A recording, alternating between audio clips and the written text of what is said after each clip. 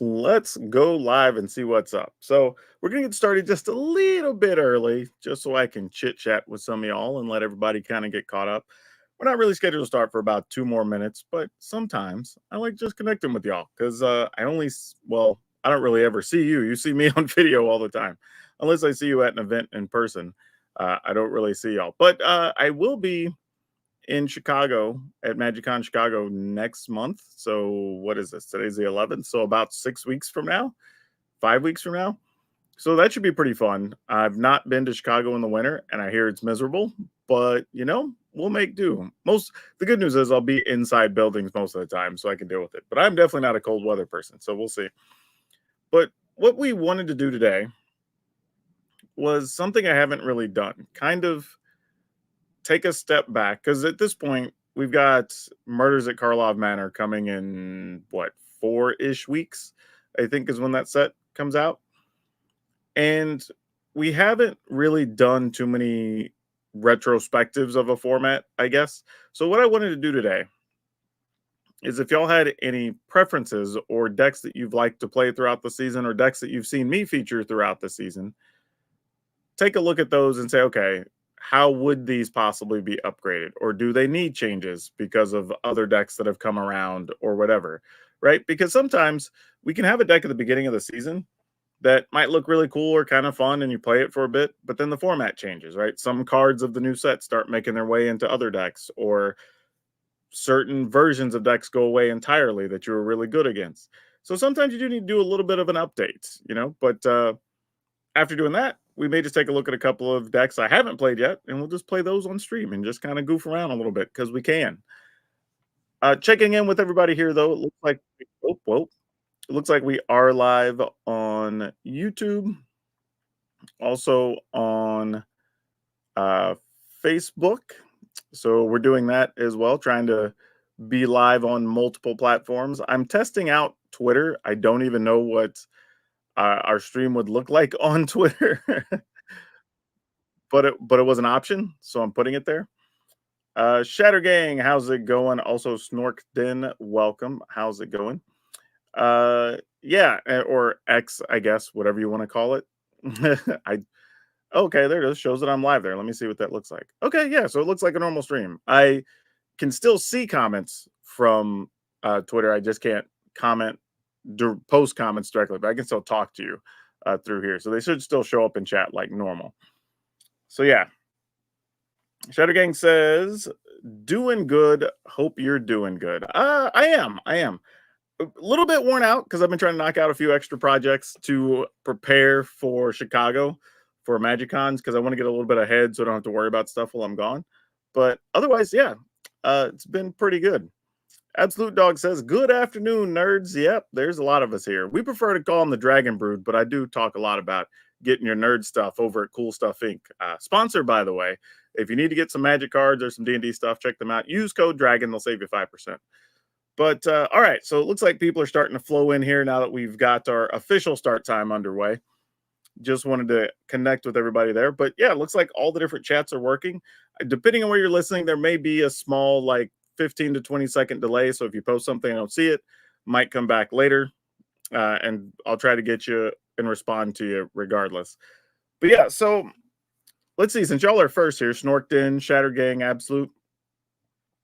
Is there a deck that you've enjoyed playing this season that you're wondering if we need to do an update or what an update could look like that you need help with? Because that's kind of what I'm using this stream for the most part. Just kind of looking back, and if not, we can go through just some decks I've played throughout the season that I liked that maybe people forgot about or missed, and we can talk about those and how they can hang with some of the decks that we're seeing now. Because for as much as, don't get me wrong, like I kind of agree that there are some, we'll call them annoying cards in standard. I won't say necessarily problematic, but there are some that are annoying. The format is still actually very good. I mean, there's a lot of different decks you can play. Now, don't be wrong, we see a lot of like 5-color domain control and stuff like that, right? We know that's still a thing, but ultimately, there are still a good variety of decks. I mean, even if you think like, okay, well, I see these particular decks a lot. It's like, well, yeah, but if you're able to say like I'm seeing 6 or 7 decks a lot. Like, that's still 7 decks at the upper tier, I guess, if you wanna call it that everybody's playing, and then there's still a bunch in that tier below. So that's not a bad thing, and that's actually a pretty solid, uh, I would call spread of decks, really. RCQ is next weekend. Hoping to see something today that intrigues me. I don't think you're gonna see anything particularly crazy, MTG Hermit. I think there pretty much anything you see at this point will probably be just some variation of something else that exists. Also, I do a lot of best of one. I don't do best of three unless I'm playing for myself sometimes, or of course if I'm playing in an event because those are best of three. Most of and people ask like why I don't do more best of three. The reason is that one on Arena, the majority of players play best of one. Now, maybe at some point in the future, when more people are using it to practice for RCQs or something, that might change. But as it stands, more players play best of one. Also, if I'm featuring a new deck or idea, I only have 40 to 50 minutes to kind of play with, including like deck review updates or whatever. So I really only have maybe 30, 35 minutes to play with in a video. And I would rather show like 5 or 6 different potential matchups than just show 1 or 2 matchups with like 5 or 6 games between them, right? So it gives a little bit of a spread because if I don't, then it's like, okay, well, you got to see me play, I don't know, whatever the deck is against maybe some mid-rangey thing against some control thing, and that was the whole, maybe that took 45 minutes to an hour, right? And then you're wondering, like, well, how does this do against aggro decks? How does this do against the 5 color control? How does it do against, stuff like that? And it's like, at least maybe we can try to find some variety. So at least you get a better concept, an idea of what those decks do as we're playing them. Uh, let's see. When did I start? 1994 or 5, around that window, late 94, early 95, something like that. So been a minute. I got some grays going on here. I've been around a minute. Let's see. How come there's no Atraxa ramp? Um, I think because you don't need to ramp to Atraxa, if I'm being honest. I think there's just like, I mean, if you think about it in a way, the domain control decks are kind of Atraxa ramp decks, right? They're playing Topiary Stomper to search for land, and then they play Battle for Zendikar, and then you play Atraxa, right? So it's kind of like an Atraxa ramp deck. You just ramp on 3, ramp on 4, play Atraxa. So it's kind of, you know what I mean? It's like around that way. But outside of that, I mean, if you're going to ramp, you just play big dumb monsters, right? Or Atraxa is also used in like reanimator decks because it's one of the better reanimator targets. You just throw it in the graveyard and pay 4 or 5 mana and get it back into play. There's just a lot of ways to play Atraxa. You don't really have to try to hardcore ramp. Like if you're hardcore ramping, you might as well just be going for other value cards like Breach the Multiverse or a Tali or something like that, and just get more that way. Let's see. Invasion block is when somebody said they started here. Yeah, I didn't we didn't even have blocks when I started. That tells you how old I am. So those grays are creeping up. I'm salt and pepper. I'm only 32. I'm gonna be real with y'all though. I have some. I don't know if y'all can see them. Because I recently got a haircut, but like, if I let my hair grow in, I get some like around grays around my temple, and that's it. I get like a few kind of sporadic grays up top, and then I have like, I don't know if you can see it. Maybe like one half of my beard likes to go gray. I just want it all to come in. Like I'm cool being gray, but I've been like this for like I don't know, like 5 years, 6 years maybe. Like it's been forever. I'm just like, man, I'm ready to just go full on. Just give me the full, you know, straight salt and pepper across the board. That's what I'm aiming for. uh, well, MTG Hermit says I was saving my lunch money to buy packs at 7-Eleven. I didn't even have 7-Elevens where I was at, but I did have like a local comic book spot, and that's where we bought cards because the game stores weren't a thing at the time. So that's where I got my magic in the beginning. Thoughts on O'Hare Axonel? Now, okay, Ghost, this is a good question. I here's the thing. I actually have a deck I haven't put on the channel yet because this is a weird thing, right? Because people hate mono red. And I understand, right? Because you see a fair amount of it. It's a pretty easy deck to play. Like, if you skip a beat early or whatever, the games can be over really fast. I get it. But I have a mono red Axonil deck that I kind of wanted to feature, but I didn't think it would even get views. Like, it's this one right here that I call like Max Axonil. This has been sitting here for like 3 weeks, and I haven't made a video yet. And I kind of want to. Maybe we'll play it here after we review some other decks. Maybe we'll play it here on stream because it's something I've been thinking about. And I don't even know if it's any good, honestly. I just put it together. I kind of every once in a while come back, swap a couple of cards in it, but it's mostly just been sitting here. I don't. There's no ramp and O'Hare. It's only costs like 4 or whatever, right? Like you just play it. Like there's no ramp. You ramp to things that cost like 6 plus. Like things that cost 4, you just play them. Unless you happen to have like a mana creature on 1 or 2, and then you play the 4 mana thing on turn 3. But you're not really ramping into 4 mana things. What do we got here? Wanderer named guy says stepdad showed me the game, learned with Portal and Urza's Saga stuff, along with Mirage Tempest Mask. That's actually not a bad mix of stuff when you're starting. Portal was a good product for learning, honestly. I sort of wish they still had something like that. I think it was almost too early in the development of Magic when it came around. But now that Magic's so big and so widespread and it's kind of a known entity and you have people who want to learn, having a portal level product I think would be very good. Even on the old rating system, it'd be like I think it was like beginner, intermediate, expert or something, just to make it easy for people to understand what to pick up or not. I think could be pretty cool. Because right now you only have the starters that come with like the 2 decks. I think I might have one somewhere back here. Maybe I don't know where it would be, but it's like a 2 pack that comes with like rules and then like two decks you can play against each other. But they're not really like beginner decks. They're just really simple standard decks for the most part. Though there was, I think they made a Lord of the Rings one as well. But yeah, that's kind of all that exists for starters. Otherwise, you have to get commander decks, and that's a little bit disappointing, to be honest. Um, yeah, I think Jumpstart kind of. I don't think Jumpstart is a beginner product though. Jumpstart to me is a better reintroduction product. Like because Magic players lapse like every 4 to 7 years or whatever, right? Because you either life changes or you're off to college or whatever, and then you eventually get time back and you have money and you go buy more Magic or whatever, right? That's a good product for getting those people back into the loop. Like, hey, I kind of want to just check out Magic. Let me grab a couple of packs. I can play with a friend who knows how to play already. We can have some fun without having to build decks, right? That's what that feels like to me.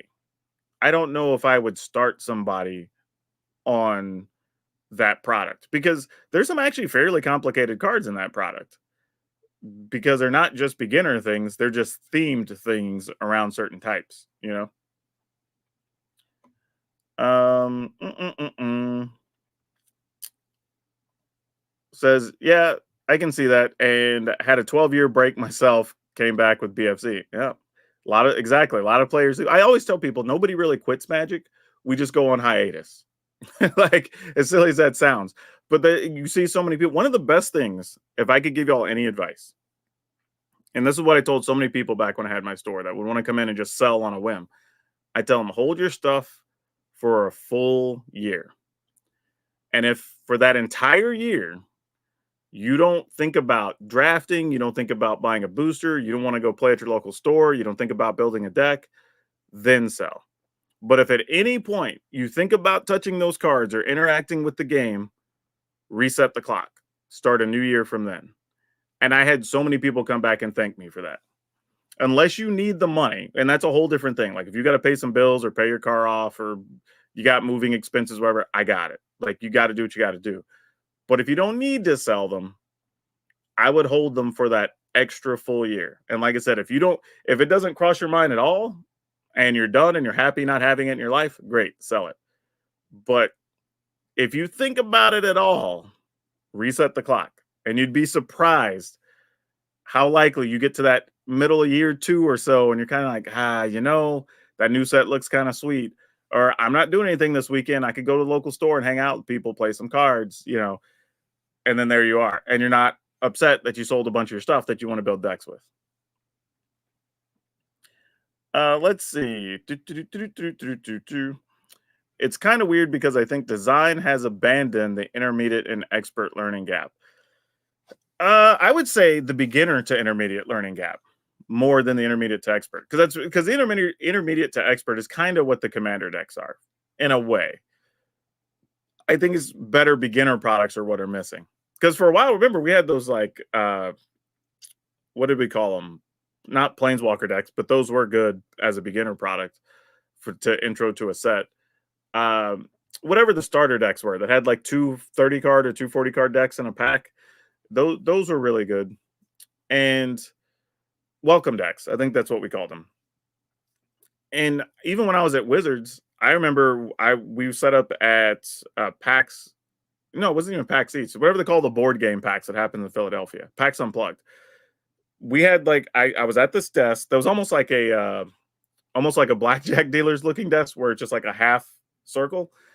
And I set up a whole bunch of people at one time. I had these big oversized cards. I was doing these like 5-minute demos, handing people decks. They would go to these stations that were behind the booth, and then I'd start another round of things or whatever.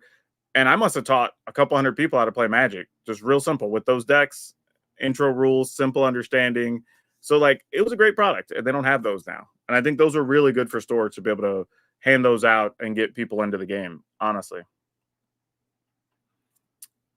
Let's see. We got Mike Nice says started with War of the Spark and took a hiatus between New Capenna and Brothers War and came back with all we went. Yeah, there you go. Now that's a shorter one for a lot of people. That's only like a little 2-year gap. So yeah. I hold of Tarmogoyf at 100 USD each once. Now it's junk. Oh yeah. Like that's an interesting thing on Tarmogoyf, right? Because part of it is Tarmogoyf got printed a lot. I think there's like 8 or 10 printings of Tarmogoyfs now or whatever. But at the same time, the formats change. We were just talking about this on the Magic Mike's podcast the other day. Was that Tarmogoyf at one point was in probably half the decks in the format. So everybody who was playing anything competitive needed 4 of, right? Now it shows up in maybe 2 decks in the format. And when we're talking about like modern or whatever at the time, but just doesn't show up anywhere anymore. So now it's not only is it has the format changed enough, or the formats where the card's legal has changed enough, it also has a lot of prints. So it has like 2 whammies going against it now.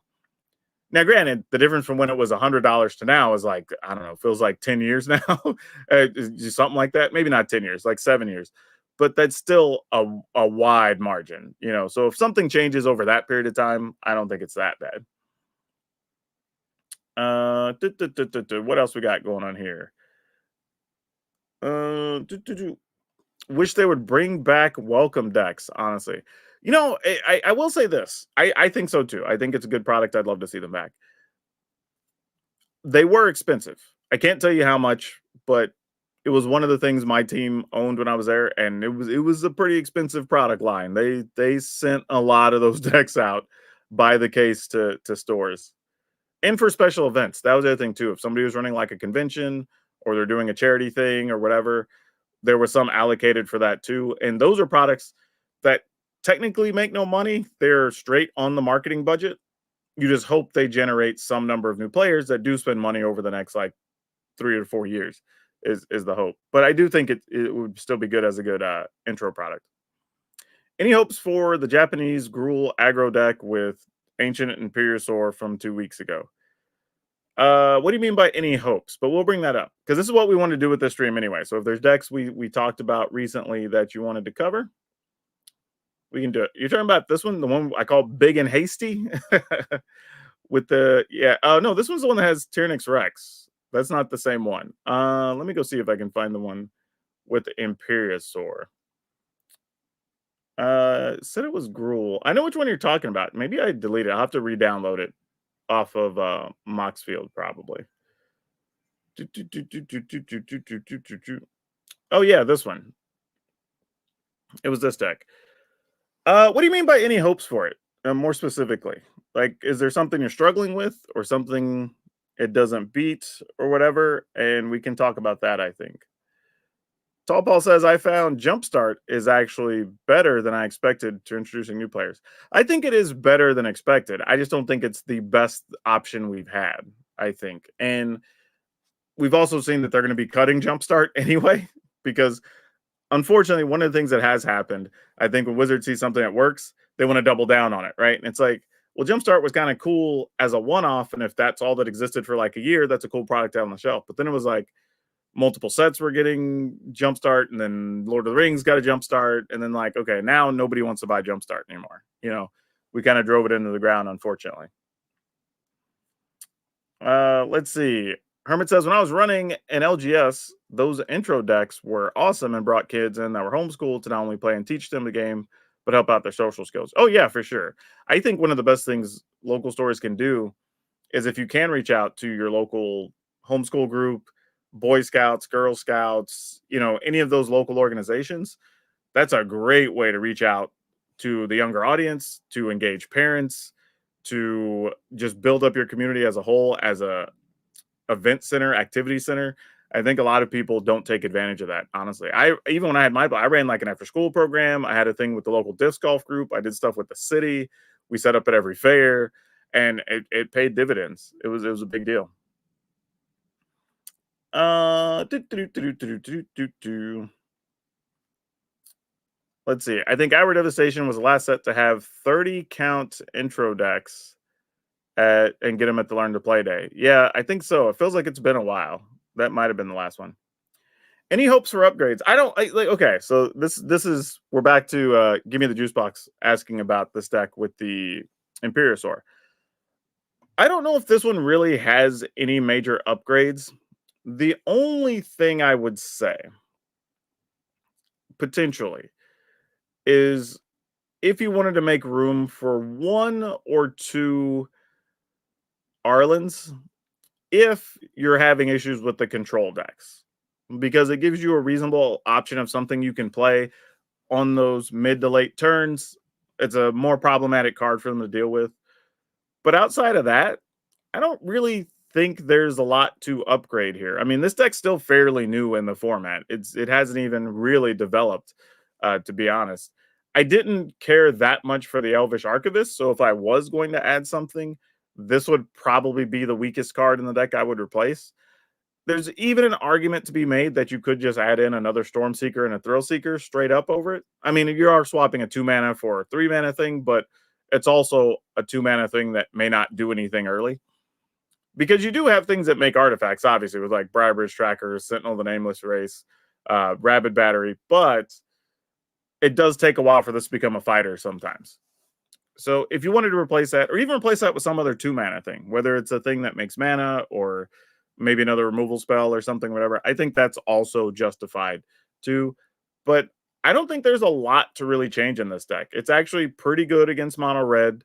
You can put enough blockers in the way. You can make some big enough creatures that they have to waste cards to punch through.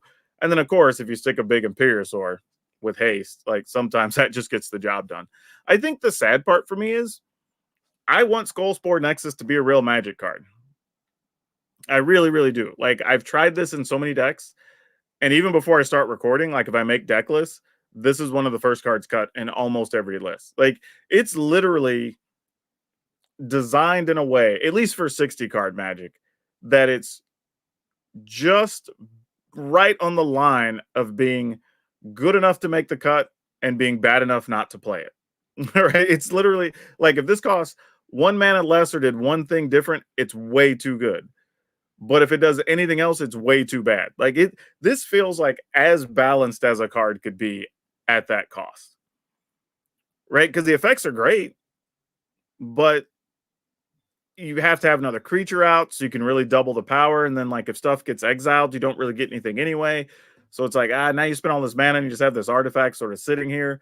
But it is cool that you could use the ability at instant speed. So you can use it with tramplers in combat, which is pretty cool, right? So there's all these like pluses and minuses on a card like this, but I just can't seem to get it to work out exactly right. But this is a deck where you can still fairly play it. Still think it's one of the weaker cards. Like, I think Elvish Archivist is probably the weakest, and then this is probably the second weakest in the deck. But yeah, if you were looking to swap anything, like I said, you can increase the number of Storm Seekers, Thrill Seekers, add a couple of Arlens, I think are fine. So yeah, there's a few things you could do, but I wouldn't change this deck too much because of how it functions. It kind of needs a little bit of everything to do what it's trying to do. You know what I mean? I mean, if you want to get crafty, you do already have a couple of dinosaurs, so maybe you could play the Hammer Skull if you want to do that and just have an effective big beater. I mean, I think there's an argument to be made there if you wanted to do that in your 3 slot, cutting 2 Archivist, cut 2 Skullspore Nexus, play 2 Hammer Skull and 2 Arlen. You know, maybe. Like, it's not the craziest thing. So yeah, just something to think about. Jay White says you can put the red card that makes treasure and maybe get to play it early. You talking about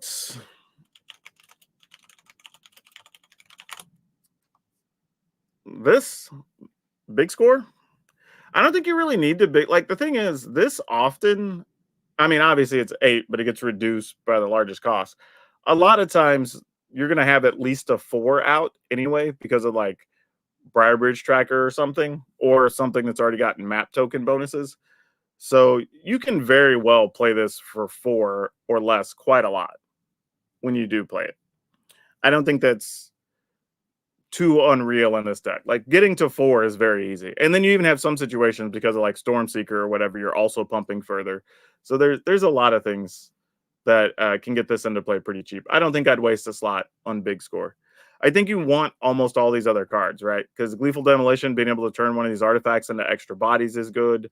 Rabid Battery giving you something that survives a sweeper because you can put that on a thing, and then your other stuff dies, and you're left with the Rabbit Battery. Like all these little pieces are all kind of good. And I wasn't joking. I named it Genius Gruul in my deck archive or whatever, but mostly because this is like while it is still a Gruul aggro deck, it's really coming from a different angle of like, okay, well, this time we're going to try to Gleeful Demolition into a big Imperiosaur. And then other games, it's going to play the mid-rangey battle with like Briarridge Tracker and Sentinel, right? And every once in a while, you actually get a Skullspore Nexus, and that's like hard for the opposing creature deck to deal with. So it's kind of a quirky pile, but I'm into it. Thoughts on the Hammer Skull with the Skullspore Nexus? Those are 2 magic cards? Like I don't really understand. Like I mean, it's fine. like you know what I mean? Like I don't like the thing is Hammer Skull doesn't trample. So sure you have the Skullspore Nexus. Like in theory, you could play a turn 3 Hammer Skull, turn 4 Skullspore Nexus for 2, and then attack, assuming you've got your land, and then like double the power of the Hammer Skull. But they could also just chump block, and you probably don't have any other dinosaurs out. So now you attacked, they blocked with some 1 or 2 power thing, and you don't get to untap with your dinosaur next turn. You know what I mean? So it's like, it's nice. Don't get me wrong, it ain't bad, but I don't think it's something I would call like some crazy combo. I just think it's just like 2 good cards that happen to work decently together. Let's see. I sure hope we reconfigure again. Having creatures after sweeper is nice. You know, that's kind of an interesting discussion as well, because with us only really visiting planes or storylines like one set at a time, unfortunately, we do get stuff like that where if you do like a mechanic, you're just not going to see it again for a long time, right? Reconfigure being that type of thing, or modified being a term. Even though we still have stuff that modifies creatures, modified could technically be in any set, but for some reason we just did it in Kamigawa and never mentioned it again, right? And it's like that could very easily, like modified could have come back with Wilds of Eldraine, since we're putting enchantments on everything, right? That would have been perfect, and for some reason just didn't. Yeah, and that's something that's always bugging. Really, one of 2 things that's bugging me: that we introduce things that are only going to end up sometimes on like 5 playable cards, and then we don't see it again forever. The other is we have a ton of keywords in Magic already.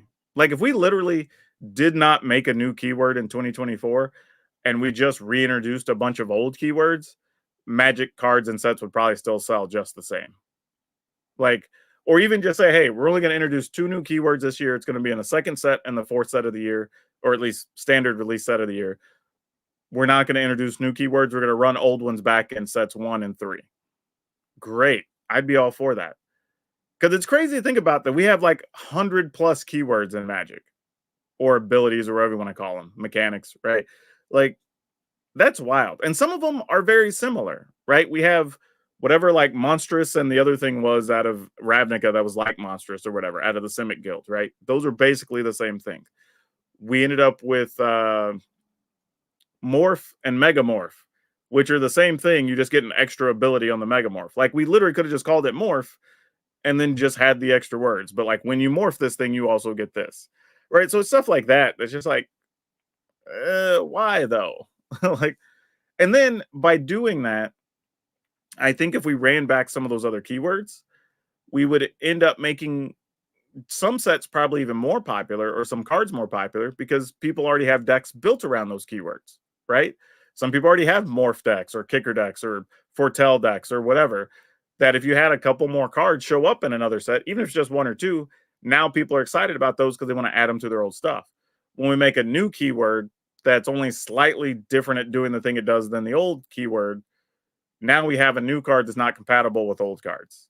And I don't really know why that's a thing.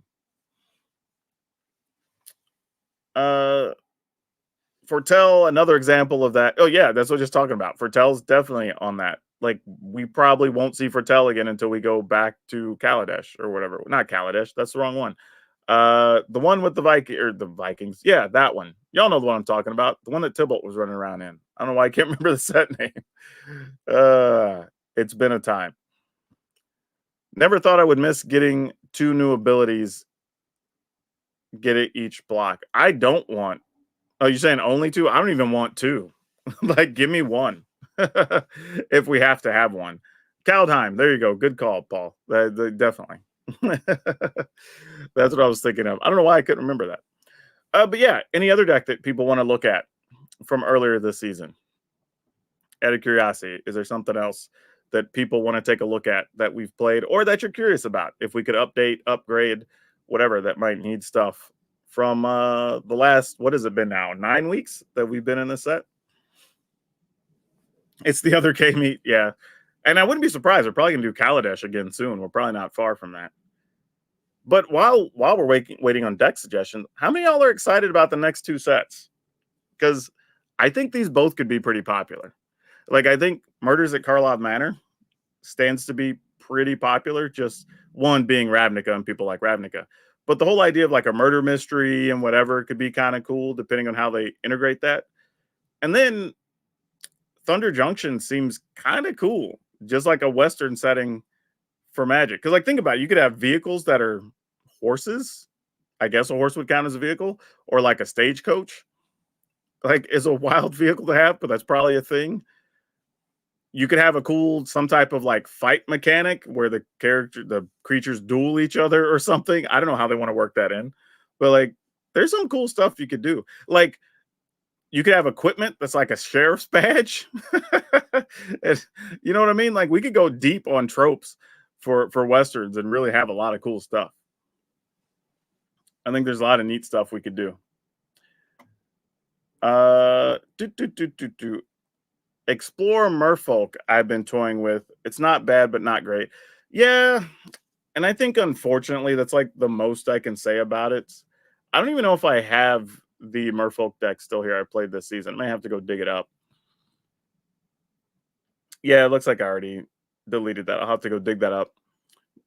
But the best version I had really was about making the 1/1 tokens from the enchantment. That was the biggest thing for me. Let me see if I pull this up here. Was it under early access stuff? Did I have that in? Oh, I'm in the wrong thing. That's why. Oh, let me see if I could find the deck for y'all. And we can, man, I already have 70 decks in here from the season. Oh my gosh, that's crazy. I did not need to know that bit of information. Yeah, making decks every day is a wild proposition. I don't recommend anybody do it. It's a little bit crazy. All right, so let me bring this up. Error import. Oh, that's why. I know why, because I didn't export it properly. because I need to click the button instead of just copy the URL because that's how you do that. Do, do, do. All right. Got it. Now we can import it. I think this is the one I had. Yeah, this was the one. And it was mostly about Deep Root Pilgrimage, and I probably would have played more of these, honestly. If I were given a choice, I'm probably playing more of this. Twists and Turns turned out to not be what I wanted it to be, so I'd probably cut those and just play 2 more Pilgrimage. Cenote Scout was cool. Make Disappear obviously is good. River Herald Scout, like you played it because it explores, but it wasn't great. Obviously, this is good because you got to pump your Merfolk. All the rest of these cards, I don't think I still have a problem. This underperformed. This definitely underperformed. I would probably change this to just being a schooner, probably. If I were to redo this, I think I'd just make that a schooner, truthfully, and probably just play another Tidebinder and find room for that other stuff. Yeah, I think my final version I ended up playing on video. I definitely had a different version of this where I did play Schooner with the Pilgrimage because I was able to make a pile of tokens, and that was definitely better. But I think a version would probably look something like this. Cut these, play another Tidebinder, maybe cut 1 Scouts, play. Actually, I don't know. You kind of need early things too, though. Deep Echo, not the best. Place some number of Schooner, probably 3 or 4. And I'd probably have to cut one thing somewhere. I mean, the problem is like the 2-drop is just not great. Like it's cool if you actually get to explore it and then you got a 2/3 for 2. But realistically, you're not that much better if you're even concerned about that. Instead of just playing the oh, what's her name? The green one that you can mill card. This Deeproot Wayfinder.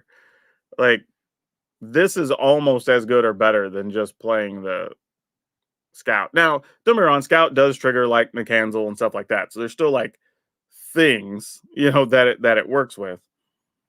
But eh, I don't know if it's really necessary at the end of the day. But something like this is probably closer where I would be. And I think this is fine. But I think it has a cap. I think we didn't make the merfolk as strong as the other parts. And that was a little concerning to me because we already had like a bunch of vampires that we could mix the new vampires in with, right? So if you want to play vampires, you still had an okay deck and we're just adding more parts to it. There were literally no merfolk. Not true. I guess there were 2, but they weren't very good. So we're going to say no merfolk available before this set came out. So you needed everything in this set to be useful for merfolk or you kind of can't play it. You know what I mean? It's just not going to be on the same power level, especially when you consider like the vampires got like death touch and flying and lifelink, and the dinosaurs got trample and whatever, right? And can play multiple things. You're just not on the same level as some of the other groups that got printed here. And I think that's the tough part.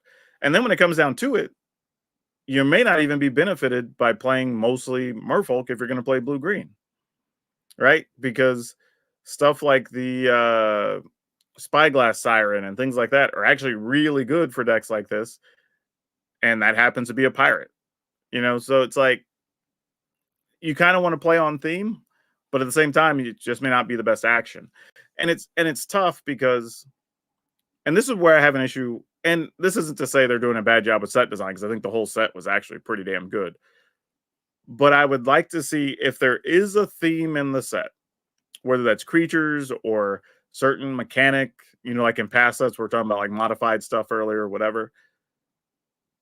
I feel like decisions should be made to make that at least upper tier 2 competitive.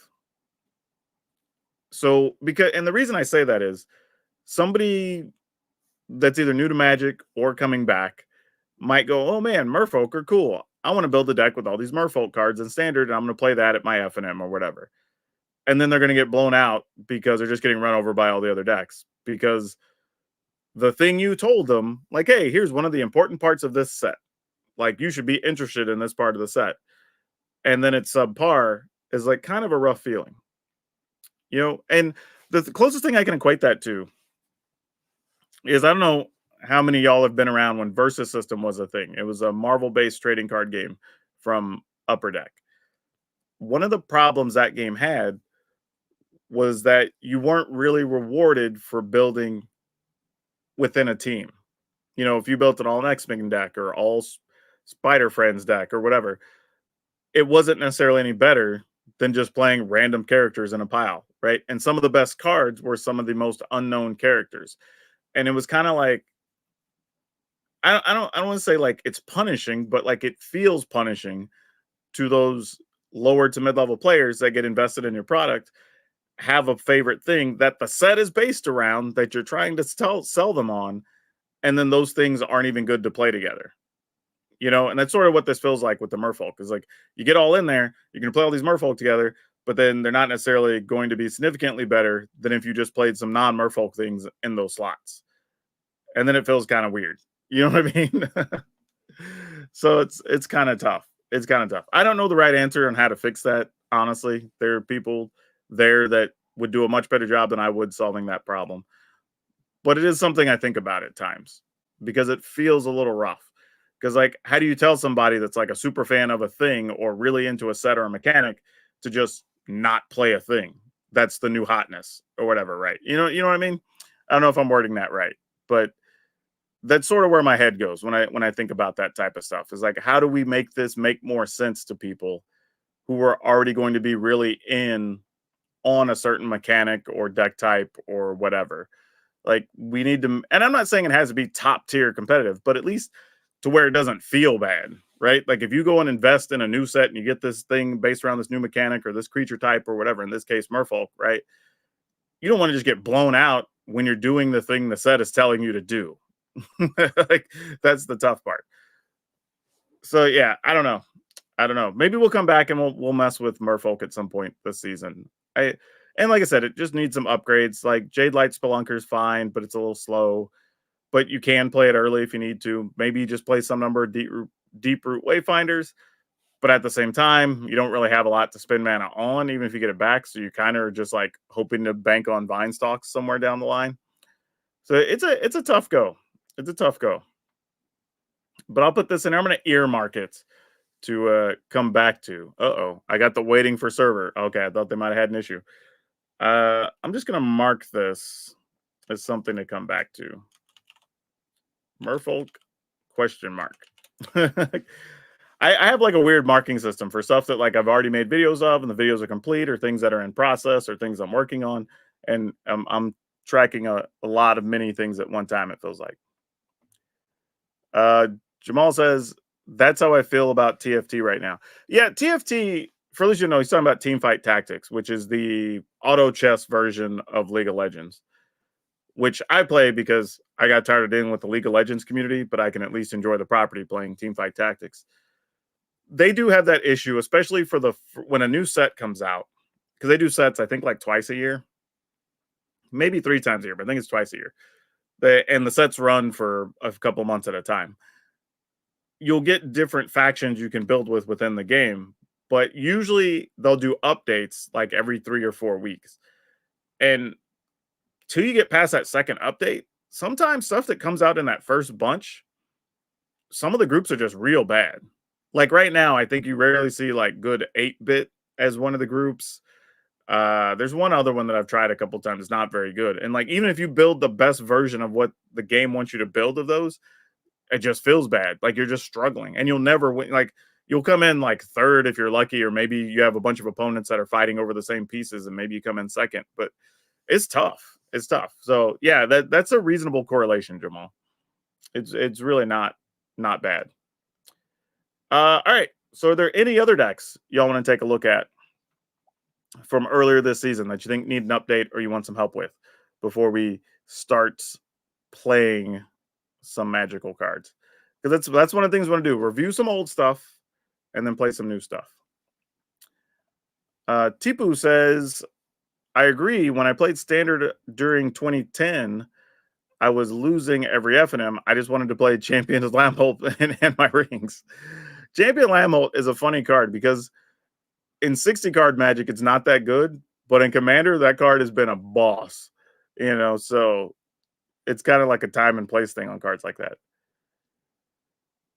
The Simic Artifact deck goes hard in best of 3. Yeah, that deck's still good. I don't think there's a lot to change. That one's like you can, min max a couple things, move a lever here or there, but it's basically the same deck. It's just a few spots for preference. But yeah, that deck's still good. I think that's one that could be run back fine with no real issues. Also, props. Thank you to everybody who's hanging out in chats. We've got several all over the place here, so thank you for here on YouTube. If you are here on Facebook, looks like there's some of you watching there as well. Thank you for that.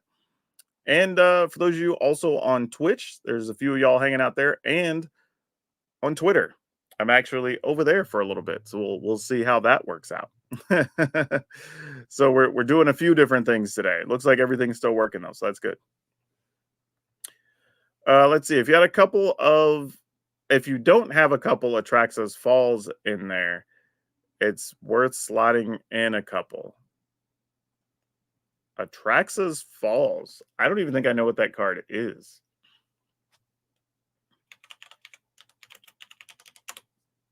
Oh, this. Not really. I'm not a fan of this. I would rather just play something like, if I was going to do it, probably Terra Sunder, honestly. And just be able to hit anything. Obviously the other deck didn't have black in it, but I don't know. Like, I've generally not been a fan of these cards that are flexible but also weak. Not being able to hit planeswalkers, not being able to hit opposing creatures. Like, this only works if they have artifact, battle, enchantment, or creature with flying. So there's going to be decks where this just like against mono white just doesn't do anything, right? Because they just don't have anything. Against Gruul, you're not going to be hitting anything. That's not true. Like, you might get to hit a Dracosaur, right? Maybe, but that's kind of it. There's not really a lot. This at least works against the 5-color domain decks, but technically almost all the green cards that hit enchantments work against that. And you could have them at instant speed. Like, I'd almost be likely to play. What is the other thing? This guy over playing that. Because I can still hit artifacts and enchantments because those are the problematic things, and then I still get a body out of it. And if I'm going to have to be, I don't even have to be sorcery speed, right? I can get a 3/2 that lets me do stuff against other creature decks, still lets me deal with artifacts and enchantments. There's not that many battles, realistically. I mean, there's like Battle for Zendikar is the one that pops up the most. But outside of that, there's not really a lot. So I'm not really worried about hitting battles. So if I can hit the 2 real problematic cards I'm worried about, I'm probably playing this and just having a 3/2. Especially after like a sweeper or something, I could still draw this, have a body, I can attack a turn or 2. Then maybe if they try to activate their incubate token, then I can kill it, right? I don't have to just sit on a card. And I can kill something at instant speed. That's the other biggest thing, is that I don't have to, because like that's the other thing too, right? Say they do have the incubate token and I have a Traxxas Fall and they go to activate it, I'm kind of just stuck with it in my hand, right? I have to let them do a thing and take some damage first or whatever, and I can't really do anything about it. So yeah, I'd probably play this over that just because of versatility and having a body. I think that makes a big difference. And then there are enough things right now, like Explore and whatever, that do put counters on things. So sometimes the proliferate can matter. And like I said, I don't hate Atraxas Fall, but just in general, if having versatility comes at the price at a sorcery speed, I want to be able to hit more problematic things. Like if that also was a fight spell, which would be asking a lot, I understand. But like if it was a fight spell and or could hit a couple of things, then I'd be more likely to play it, because now it's also a removal card in addition to being those other things, right? But as it is, I'd almost rather have a fight spell or have a Canker Bloom. I don't want a sorcery speed thing that kills really two problematic cards for the most part. I mean, yes, there are a couple of creatures with flying that people play, but it's usually like Dracosaur, Bat, and Angels. And you don't even see the Angels all that much. So it's usually Dracosaur and Bats these days. But you're not really that afraid of the Bat to begin with. So you really, the only other bonus is you get to kill a Dracosaur. But if you had a fight spell with your big green and red creatures, you could just fight a Dracosaur anyway, right? So I don't know. But it's always personal preference. I say that all the time. Like, just because I don't like a thing doesn't mean you shouldn't like a thing. If a card, and the reality is, if a card is working for you, regardless of what me or any other creator says, keep playing it. You know what I mean? If a thing's working for you, if it ain't broke, don't fix it. Seriously. And I mean that genuinely. We are all talking from experience of our own spheres, but if something's working for you, keep doing it. Seriously. Let's see. Such a big moment, story, and amazing art wise to be on an underrated card. Oh, you're talking about Atraxas Fall. Yeah, it's not great. Totally forgot about Canker Bloom. That's probably the way to go in best of one. Yeah, that's another real thing too.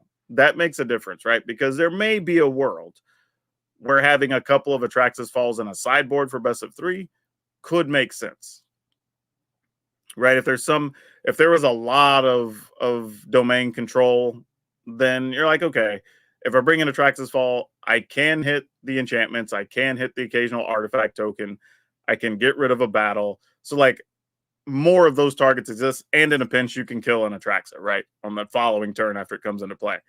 So it's like, okay, maybe you do want to play a couple of those in the sideboard. But main deck for best of one, yeah, I'm probably going with Cankerbloom. So that does make a difference. Yeah. Let's see. Tipu, I messed this up earlier, also says, is there good mono green decks? Yes and no. I think you can get some wins, but you have to play very carefully uh playing mono green. Even the most recent one we played, I think was mostly green. I think we splashed black for the creature land and one other thing. Let me go bring that up. I think I deleted that earlier, actually, before we started the stream. Let me see. I believe it. Maybe I think I did just call it like mostly or almost green, something like that. Or maybe mono green ish. Trying to remember how I labeled that. I may just have to go back to the video and pull it up. But it's kind of like the issue is you just need something slightly defensive, and that's not necessarily what mono green is good at, if that makes sense, right? Because right now, all the resilience you get only goes so far because there's a bunch of stuff that doesn't target. So, like the sweepers and stuff don't care that you have ward. You know, like having hexproof only does so much, if they're sweeping everything. But you can have indestructible, but then it's like, oh, they're just exiling anyway, right? So it's kind of like a ugly situation in that regard. So you kind of have to be creative to play around some of those elements. But let me see if I can pull up. Let's see. Yeah, this is the one. I can pull up the deck list from the description. This is why we do this, because I can have access to everything all the time. All right, let me go pull this up from Moxfield real quick, and we will put that in there and see what we got. But this one was kind of fun. I didn't have a problem with it. I mean, I didn't think it was bad or anything. But it was kind of like my concession of, all right, if I'm not, how much green can I play or how close can I be and still be what we can call mono green, right? Here it was. So it was mostly mono green. Like we played, since I already had black, I played a Breach the Multiverse and a Toxrill because those are good cards. We're already ramping up, so we can go ahead and take advantage of that. But yeah, Bramble Familiar, Glimpse the Core, Iron Crag. It was just like a rampy type deck. Blossoming Tortoise technically is ramp. Same thing with the Invasion of Zendikar. And then you're trying to kill with like Uvenwald Oddities, Silverback Elder. Like honestly, if you stick this big Silverback Elder against mono red, like we almost didn't lose. Like a 5/7 is already a lot for them to punch through, even if they have a like monstrous rage. So you're just like, all right, cool. Your thing's like a 5 power or 6 power, like, all right, whatever. Right. So you can stonewall that, and then you just like play a land or you play a spell, gain life. All right, play a creature, gain life. And now you're back up enough that they just never kill you. Or your creatures are just big enough that they have to waste multiple spells wherever to punch through. Um, but yeah, this is probably the closest I would say to a mono green deck I played and enjoyed or had any luck with recently. I think there's some things that could be changed up. Maybe O'Hare Haslam, I think, is pretty cool. We could just go with Vorinclex extra ones. Like Gruff's triplets is fine, especially after like a sweeper to rebuild the board. Obviously, you kill sometimes with Nissa just because Nissa does Nissa things. But yeah, this one was a cool one. I thought this was pretty cool. If you want the link to the video, let me pull that up for you. And that way you can check it out after the stream or whatever, is convenient for you. Here you go. I'll post that in the chat there. Actually, I think if you're on Twitter, I can't post in the chat there. So while I do have stuff posted, it won't show up in the chat. Actually, I guess I can manually put it there. There you go. If you can want to follow the conversation, see the deck in the video we're talking about. There you go. Oh, that's weird. Now my own stuff shows up in chat. That's funny. Well, that wasn't intentional, but here you go. That it showed up 4 times because I got posted. That's funny. Trying to make a red deck with all battle sagas. We did that with whatever set those came out in. I don't think it was all red. Maybe we did red white or something. I don't remember. But maybe it was red black, I think is what we did. And it was a bit of a struggle because I think it felt like we were never, like, not never, but like it felt like it was a lot of work to get ahead, right? Because you'd have to like Invasion of Tarkir to like kill the early creature, right? So you're only dealing 2 damage because you're never going to have dragons in hand. So your Invasion of Tarkir never gets extra value. So it's like it's just a 2 mana thing, right? You have another thing that can deal 4, and that's kind of cool. So like you have that one, and then you're playing the black one, and I think there was a black card that could remove 5 tokens from a thing, so you can draw a card and then maybe flip a invasion. But then the other problem was you don't have very many creatures. So then when you do get a creature, the removal card your opponent's been sitting on the whole game gets to kill a thing, right? So you usually had to play a very long game is basically what I'm getting at. Like it was doable, but your games felt way longer than they needed to be because that's the only way you were able to win, right? Because your first couple of things just died. So then you had to get that 4th thing or that 5th thing or whatever. And then if they lived, you could start turning it around. Added monks to yours to speed it up. I mean, sure, but at that point, are you not better off just playing mono red aggro? You know what I mean? Like that's kind of the real thing. If you're like, okay, well, I'm playing these monks and things that have like prowess and whatnot, I could just be playing mono red. Just get better spells that are more flexible and can burn the opponent directly or creatures or whatever, and then be instant speed as well. Right. And that's kind of the problem. So it's like once you start making those changes and making those concessions, you're now just playing a worse version of a deck that already exists, which is fine because sometimes, and I do it here on the channel. Sometimes the decks are, and that's one thing I've had to explain to people is like, yes, I know there's other cards we can play, but I built this deck specifically for a theme or to use certain cards or whatever. So I get that too. Like, it's a thing you can do. I just don't know if it's necessarily any better. Shogun the Warlord says, I just started streaming Magic. It's reassuring to see you have so many viewers. Oh, thank you so much. I don't stream all that much. I did stream a lot in the beginning, but I just dedicated more time just making more videos. So now I try to do these more, I don't know what you would call them, communal streams when I do them, more than just gameplay. I like trying to answer questions, solve problems for people. We've done deck reviews of people's decks.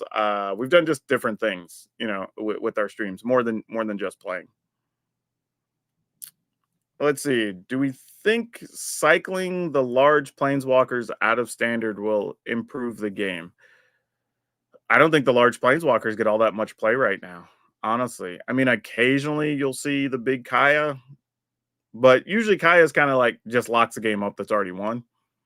If there's a big one that's annoying, it's the big 6 mana Wandering Emperor, but that's probably the only one I would say is like big and annoying. The others, I don't know, like Ashiok is fine and balanced. It's not breaking anything. Uh Nissa, but you have to set up a board for Nissa to be good and powerful. So like, yeah, I don't have a problem with the other big ones, honestly. Like standard actually has a pretty good amount of diversity right now, deck wise, even with those existing, truthfully. Like the more problematic ones, if you really, I mean, it's probably like Liliana, being the cheap 3 mana one that's good. It's not the big ones. Like I said, the big Wandering Emperor is a little bit of a problem. But really, the other big ones aren't what I would call problems, truthfully. Hey, Davey J, how's it going? Welcome to the chat. Long time regular. Appreciate you. Good to see you. All right. Any other questions on other decks? Or do we just want to go in? Let's see. Wait. It says, yes, this was a really cool way to stream. Oh, yeah, yeah. Like I said, I'm just trying different things with stream. I think because it's very easy for everybody to hop on and this is no insult to other creators. I don't want that to be that way at all. I think some people are good at doing certain things and they have certain audiences for things, and that's fine. I just think there's a lot of commander gameplay, a bunch of arena gameplay. So like occasionally I like to break it up and do something a little bit different other than just gameplay, you know. Quinn is a nice 5-drop walker. I don't even know who Quinn is. Am I forgetting something? Oh, Quintorius. Yes. I've never called him Quinn, but that makes sense. Yeah, this one's solid. I think it goes into certain types of decks. You can't just you're probably not just throwing this into a Boros aggro deck as an example, but this is actually a cool card. Again, I don't think it's problematic. I think it's just really good. It's good, but it's also balanced, and I think that's fine. Like even if you just play it and make a 3/2 to block and make it 5 loyalty, like even that's just useful. Now the discover part, once you get trucking and then you're getting to play free stuff and you have a bunch of other discover things, then this thing goes hard. But yeah, really cool. Yeah, you like stream pack openings sometimes. Yeah, I do that every once in a while. I think for me personally, like it's a fun thing to do if I'm already going to be doing it, but I don't make special streams to do. I don't schedule that to do it. Mostly because I don't know how much value I'm bringing a viewer that way. Let's see. I don't have any questions tonight. I just enjoy learning about Magic from you. Thank you. Well, thank you too, Michael. I appreciate it. Oh yeah. So before I move on to the to playing some decks here, I want to bring this deck up because this deck, I just stumbled on this and I didn't know this deck was even a thing. This is the deck I showcased in today's video that's on the channel now. This deck is very wild. And if you watch me play it in a video, I literally stumbled through those games. I even told you in the beginning, like, I'm just going to see if we can figure this out and do it.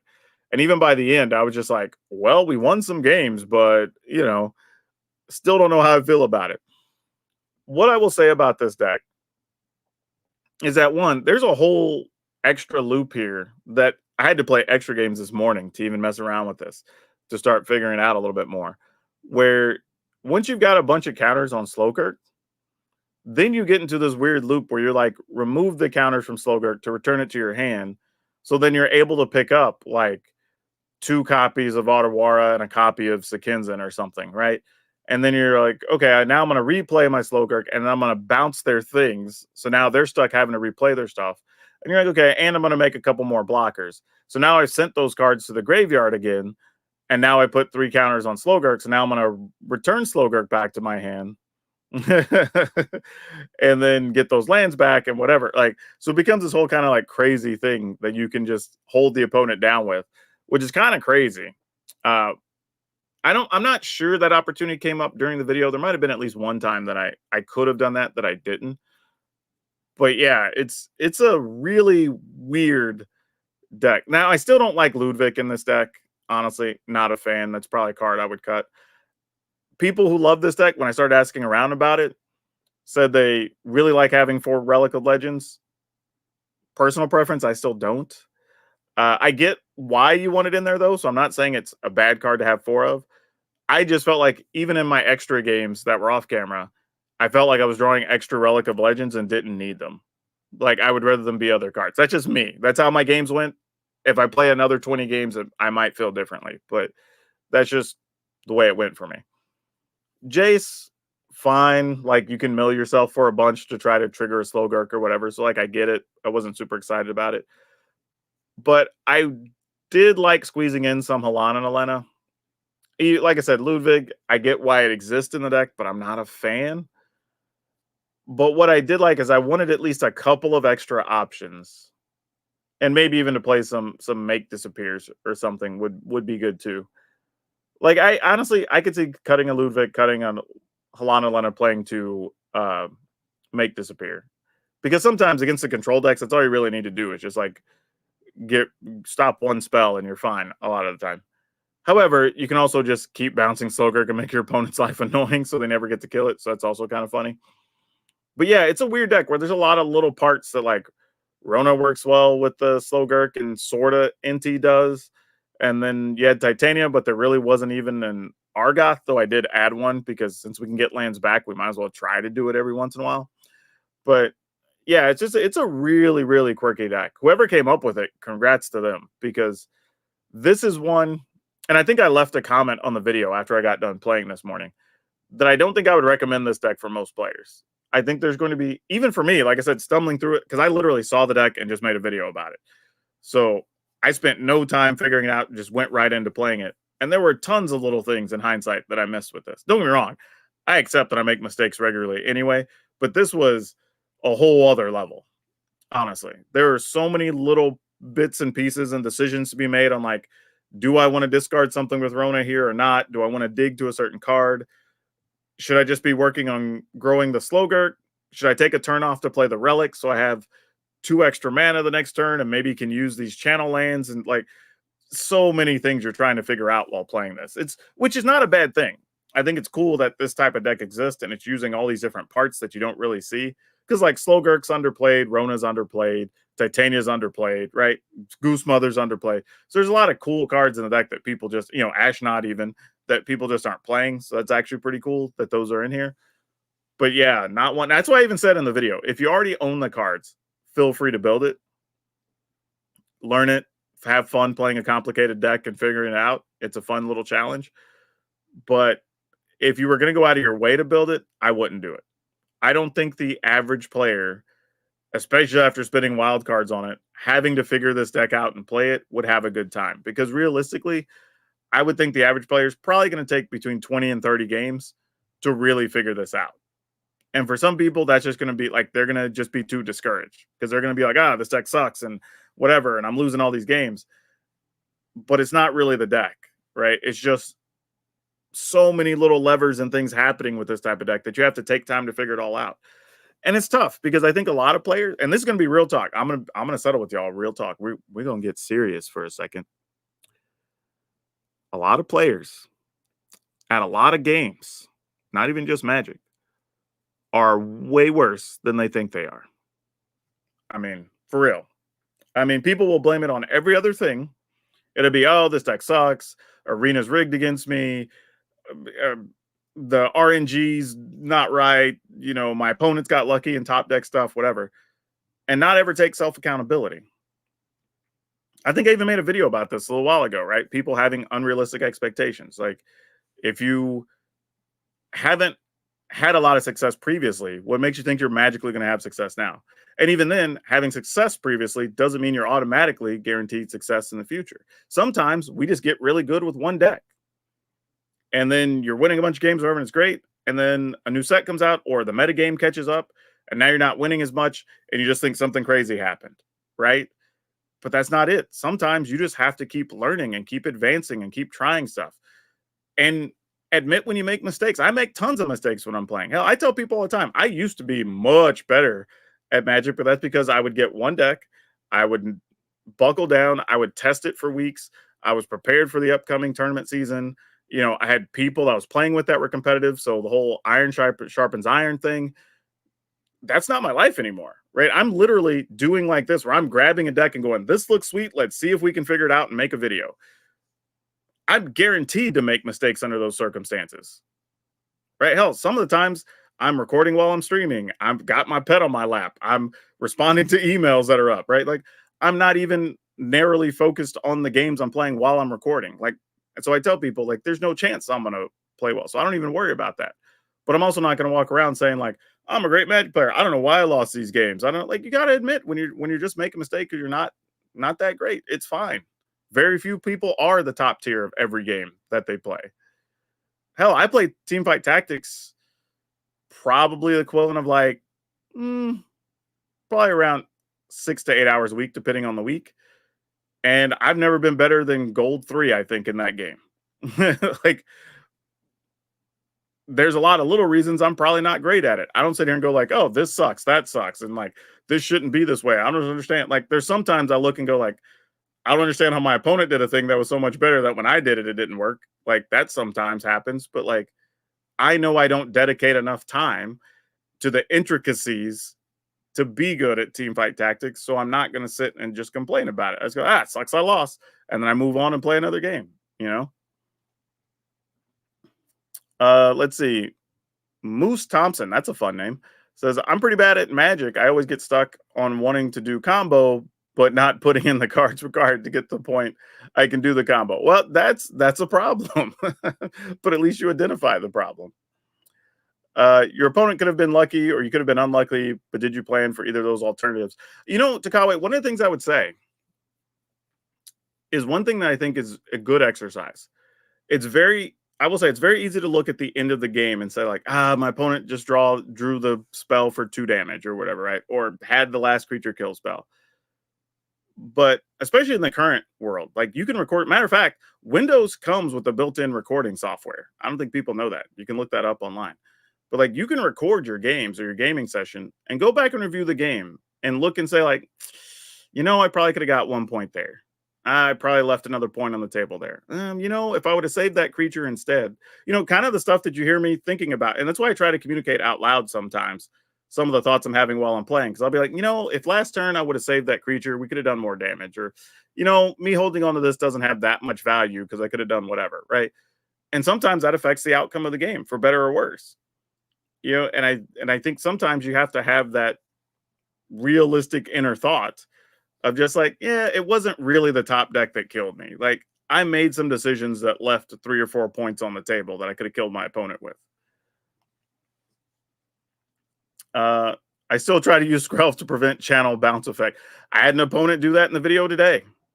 I literally sat there and I was like, oh, opponent, don't do it. Like I knew they were going to do it. I was like, they're going to try to give this protection from blue. And sure enough, they did. And it's like, it's a land. It doesn't do anything. Now, in that particular game, it didn't really affect the outcome anyway, because they would have still had to block and whatever. So it's fine. But it could have. And I would have felt really bad for the opponent. But fortunately, in that instance, it didn't really affect the outcome at all. And here's the other thing, too. I have some people say, why do I concede when there's still a chance to win? And I'm like, part of it is because I'm making videos for content. And even though I might have, like, let's call it a 1% chance to win, if I feel like I can reasonably envision that 1% is going to come like 8 turns from now, if it actually happens, I have to also think about, okay, if this is ultimately just a loss anyway, I can, with that 8 minutes, I can get a whole other game in on the video for y'all to watch, as opposed for me just sitting there to just have it just be a loss anyway, when we all agree that the game was really lost 8 turns before the end. You know what I mean? And then somebody pointed out, like, well, you could have attacked another thing, and then if your opponent does this really bad thing, you could win. And I was like, yeah, but if I'm winning just because my opponent played terribly, is that any better? Right now, don't get me wrong. If we're playing for a tournament or I really care about my rank or whatever, cool. A win's a win. You take it, run with it. But when I'm making content and I'm just really mostly testing the idea of a deck, does my opponent making a mistake to give me a win really result in anything positive? You know what I mean? Like, I don't know if I'm wording that correctly. Like, I'm not making videos just to win. I'm not trying to go like 10-0 every video or whatever. That's not what my content's about. I guess if I was a top tier player again and I cared about my rank and all that stuff, then like maybe. But even then, it's like it's almost misleading if I get to the end of the video and I'm 7-0, but 3 of those wins were just because my opponent gave up the win effectively on the last turn because they blocked terribly or killed the wrong creature or whatever, right? Like those aren't necessarily great. Now, granted, that's just Magic. That's just playing the game, and there's nothing wrong with that. But I also look at that as like, then does somebody go, "Oh man, this deck was sweet. It went 7-0," and then they go play it and they're like 3-4 because they got the wrong side of the variance, and their opponents in those similar situations didn't make those mistakes, right? So now they're like, "Ah, this deck sucks. I don't know. He probably just whatever." They make up whatever excuse as to why you won or didn't, but that's the kind of stuff I look at. So sometimes it's like, my opponent can have this win. They earned it. They set up the board state to be a win. Let's move on and play another game, right? And I'm okay with that. I don't think it's like the goal for me is to win every single game. I don't think it's going to happen anyway. So I don't even start in with that in my head. But all right, let's take a look at something here. Since it was brought up earlier, I have this deck, this pile of thing. And we showed this on screen a little bit earlier. But this is a deck I built forever ago. Moose says, as long as you're 51% of the games, you're ahead. Yeah, that's true. Really, your goal is to be 50.5%. And then as long as you have time, you'll get wherever you want to go. Just be above 50, right? But the reason I haven't made this video, and I'll probably talk about this on the actual official YouTube video when I do it, is that I don't know how many views this is going to get because people just hate mono red, right? But this is like a different version of mono red. It's playing Kessig Flamebreaker or Flame Breather, so you can get extra damage. It's playing Thermal Alchemist. We're even throwing in some Witty Roastmaster and some Furnace Punisher. Because with O'Hare Axino, those all become 4 damage, assuming Axino actually lives. Right? Don't know if that's going to work or not. We do have Virtue of Courage. Because if a source we control deals non-combat damage, we can exile that many cards, which is basically the majority of our deck dealing non-combat damage between Chandra, the Thermal Alchemist, the Flame Breather. I don't know why I wouldn't call him Flamebreaker. Epicure, everything. So there's a lot of non-combat damage that we're dealing to hopefully also trigger this. We do have a couple of Sekinzan, that's probably Sokenzan, now that I'm thinking about it in proper Japanese. I've probably been saying this wrong the whole time. I apologize if that's the case. And then, I don't know why I literally just thought about that right now. I've been playing this card for like 2 years. And I just now was like, maybe it's actually pronounced Sokenzan. Like, and it's not Sekinzan. Like, why have I been doing that? And then, of course, we have Mishra's Foundry. So we do have some stuff we can attack with otherwise. Now, I was thinking an interesting thing we could do with this is maybe play the enchantment that makes everything deal an extra point of damage, but that felt a little unnecessary, especially if we manage to stick the Axino anyway. Stormy says, I get why people don't like mono red, but I like it more than some of the other things in the meta right now. I think on both ends of the spectrum, you have people that don't like mono red that also don't like the, I don't know, we'll call it the 15 sweeper control decks.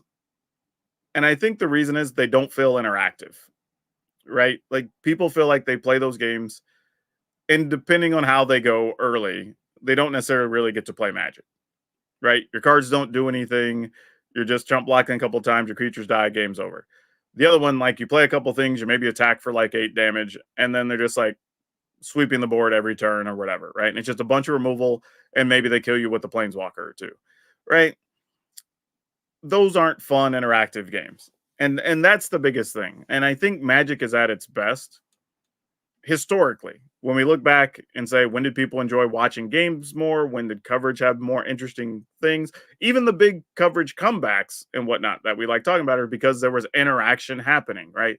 There was cool things that led to this big point other than just like, oh, they drew this card and then comboed off, or they swept the board and then they just made tokens with planeswalkers and killed their opponent, right? Like those aren't big memorable moments that are exciting and fun.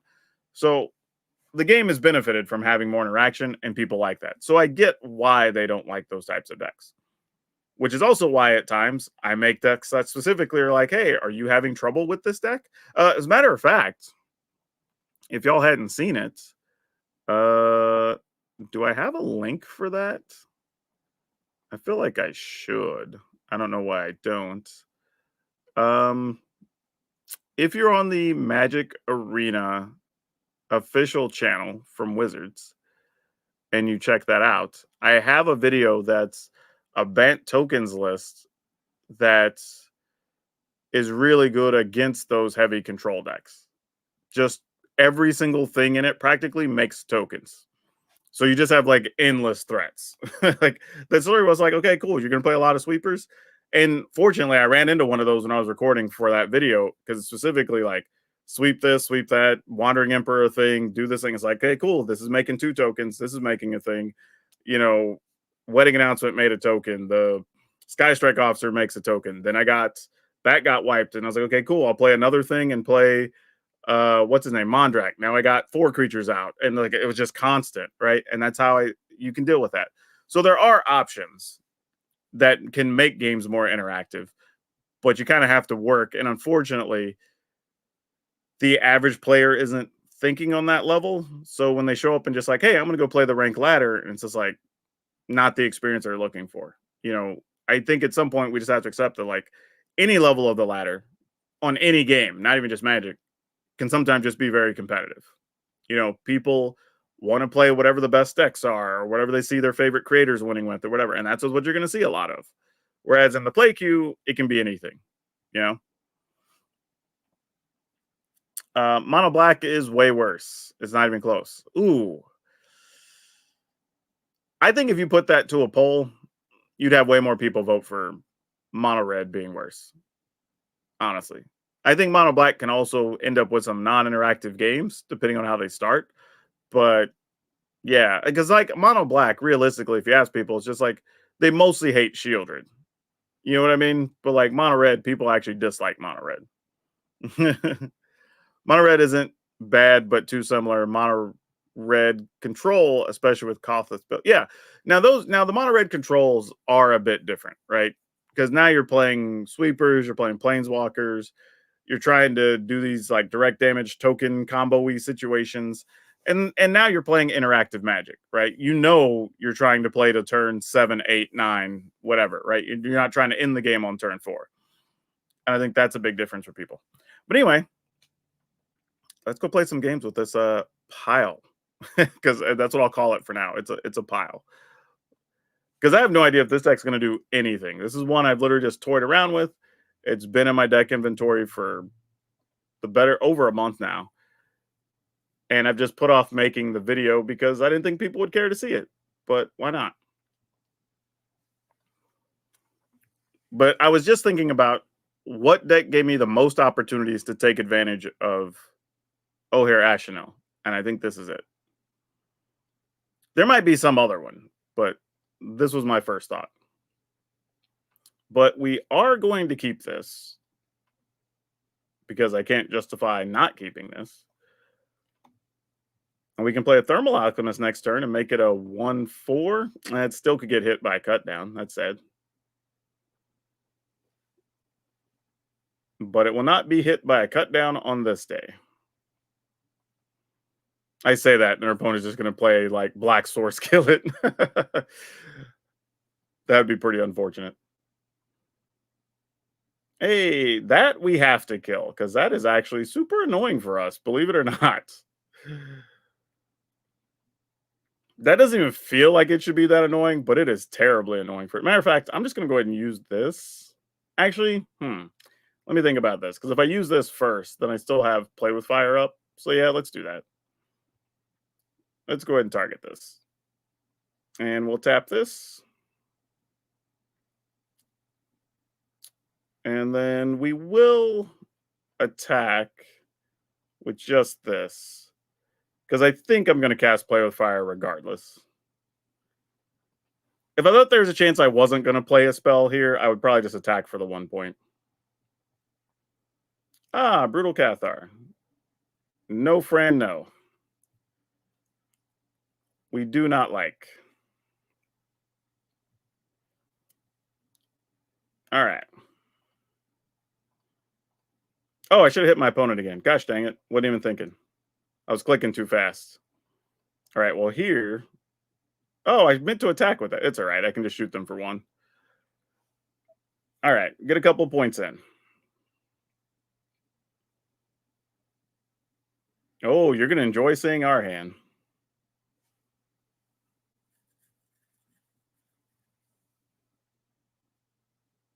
I mean, you got to call Virtue, right? Oh, you're going to call Thermal Alchemist? Really? Huh. Why that? That's peculiar. Um,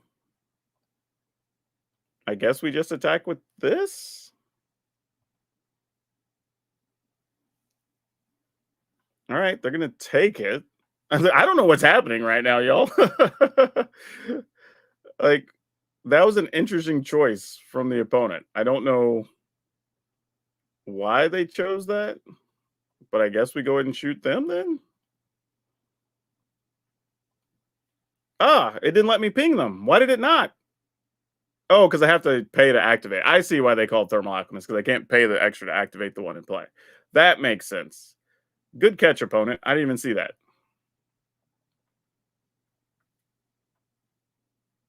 Well, not like it's going to matter much. Yep. All right, cool. That was an easy one. Isn't there a red dragon that does multiple pings? There's the big dragon you can pay a lot to ping things with. But I don't know of one that's just like you play it and then it pings as you play stuff. If there was, that'd be really cool. Have I considered electrostatic infantry for this deck? Not particularly, because I wanted the damage trigger. The idea was to maximize Ashnel. That's really what this is all about. Like, if I was going to go the other way, I'd just cut a bunch of other cards and just play more of a traditional mono red. All right, we did draw Ashnel this time. So we'll see how this works out. Hopefully, we'll draw some lands to go with those. Otherwise, this hand's not going to do a whole lot.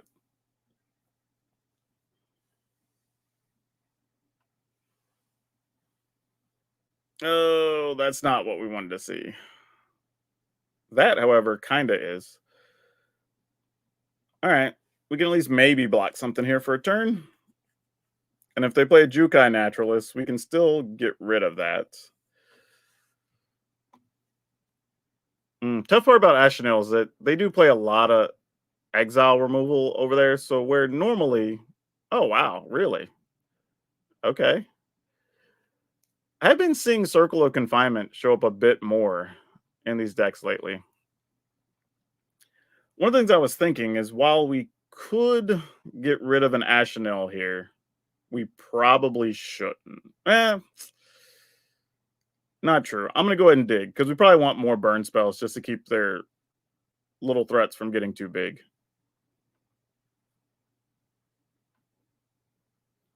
All right, we'll play this, attack, in the turn.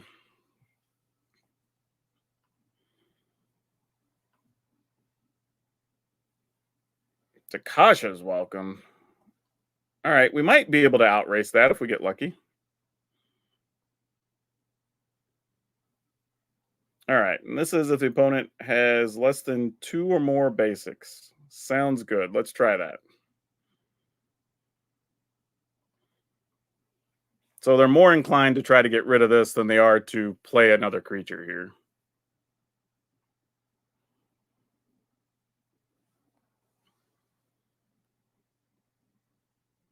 But it's going to be a close one. Mirzamar, how's it going? Hello to you too.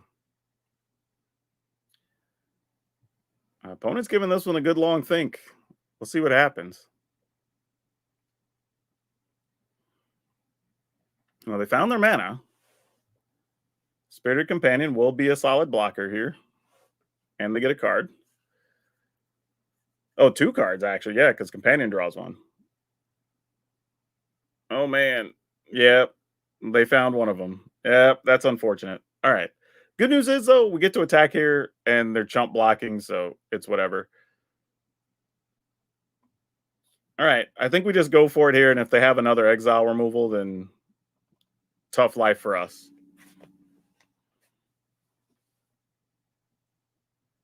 Now, you know what? Actually, the other thing I could have done, I might have messed up. I should have played Thermal Alchemist there and then just save Ashnil for next turn because then I could have got at least one trigger for 4 damage.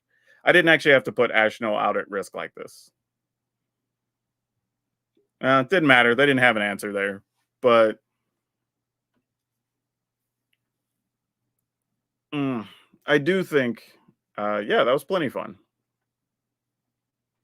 But I do think that was a mistake because if I play this, then either one of two things happens, right? They either exile something, which is probably going to be one of these because they do more damage and they're probably not going to get rid of the alchemist. And then the following turn, I could play Ashnel, ping them for 4 instead of 1, and then probably attack for 2 and have them at 2, right?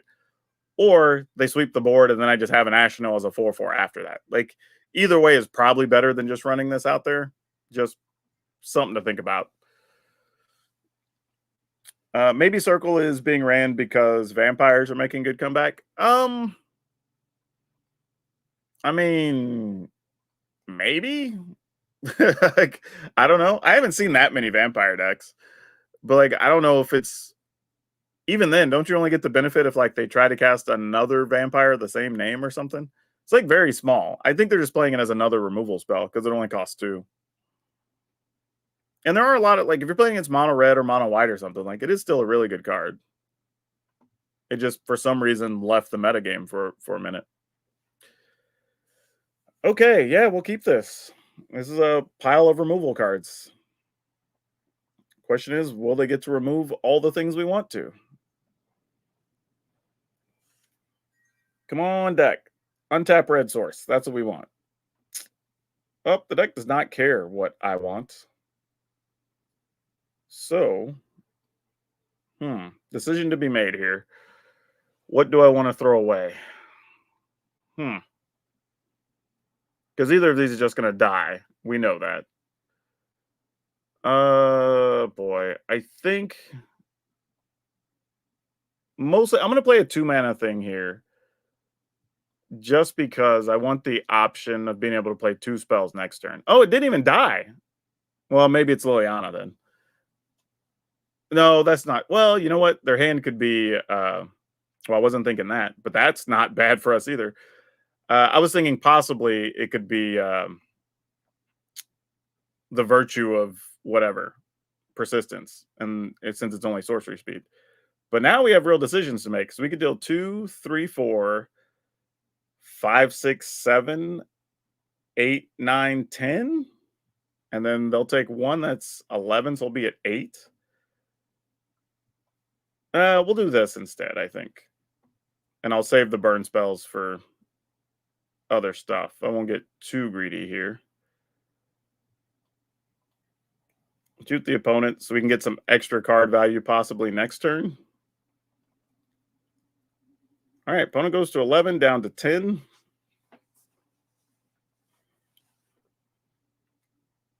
I mean, they're going to have to deal with our creatures at some point.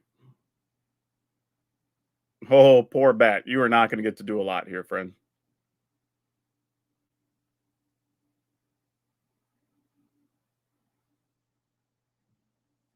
I mean, they might have a cut down for something. And that was a good thing about playing the Flamebreaker when we did. It did dodge a cut down, being a 2/4. Oh, we're a mana short Axonel. That could have been huge. All right. Well, we'll start here. Still get to shoot the opponent for 1. We get to attack.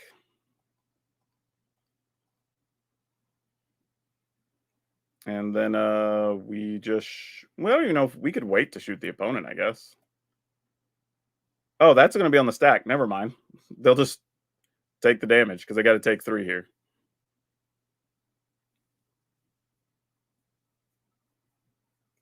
Yeah, that's cute. And then they take 1 from drawing a card. That's it. All right. Y'all, I thought this deck might be trash. Like, I'm not even joking.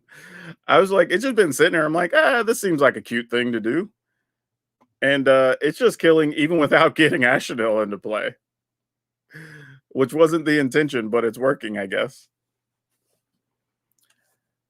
Mirzamar says, I prefer mono red to blue black control. Those decks really kill the game for me.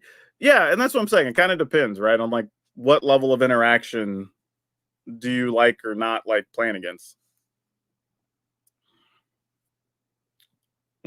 Fun trash is still trash. Yeah, this is or fun trash is still fun. Yeah, this is what I would call like, one man's trash is another man's treasure, probably with this type of deck. All right. And we'll pass. Didn't get to kill anything there. We will play this. Go ahead and play one of those.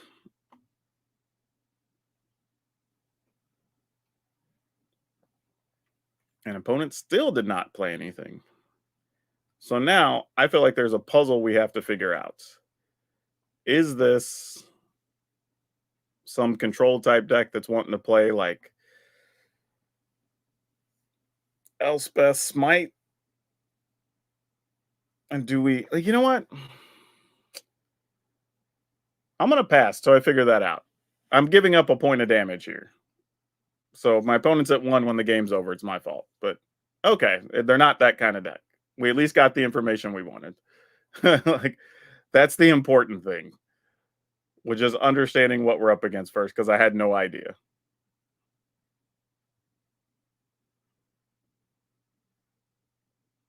Coppercoat Vanguard. Sure. We will deal with that guy now. Get some extra burn damage in.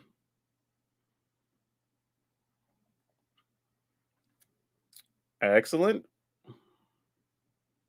We'll run this out. And I think we're just going to get some attacks in. All right, sounds good.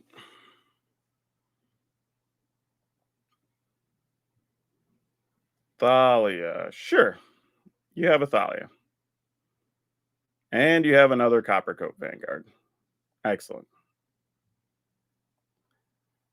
Now the question is, how crafty can we be? If we were to attack, how would the opponent block, and can we take advantage of it with a Virtue of Courage? I mean, it's going to look suspicious anyway. Let's see how they block.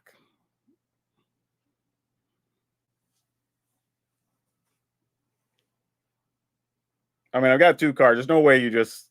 Okay, they didn't bite. I was thinking there was a chance they could, and you got to at least give them the opportunity, Yeah, I guess we're just going to end the turn here.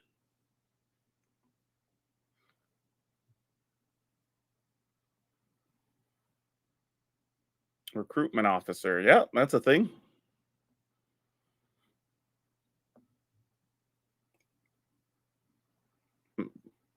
A brutal Cathar.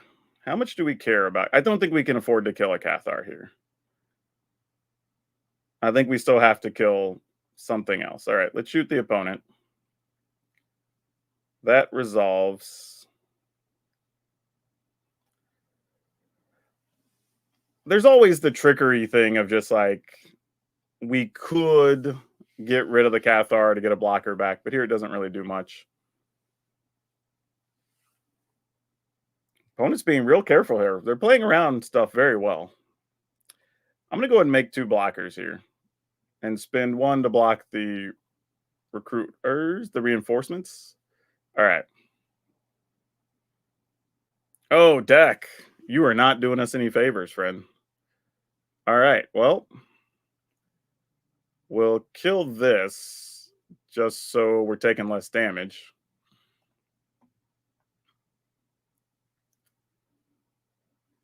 And then we'll play this and we'll pass. At least I still have the mana to play the Virtue of Courage here.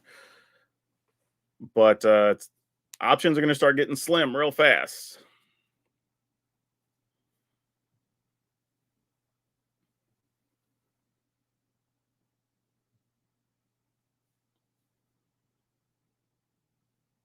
Ooh, Adeline, that's tough. I'm almost not going to want to take a turn off to play the Virtue of Courage now. But the opponent didn't do anything there, so that's good. Whew, while I enjoy that card, I think we got to do this and hope for the best. Because we're still not in bad shape here. We can throw the 1/1 in front of Adeline and buy some time. And then it's just, can we get enough burn spells between our draw spell and this to kill the opponent? Hopefully the answer is yes. Though Ashenel plus this is an 8 damage hit, so that's actually kind of cool too. All right, I'm your Huckleberry. Actually, should I even? Yeah, whatever. I was gonna say that last card would have to be something stellar. Okay, this could work. Let's go ahead and tap this for colorless because anything we get's gonna need red. All right, we get to ping. Take the action. We're looking for stuff. Take the action. Don't have any other duders coming into play here. Like this is so much. All right, and we found a land, so we'll go ahead and deal 3. And I think we got there.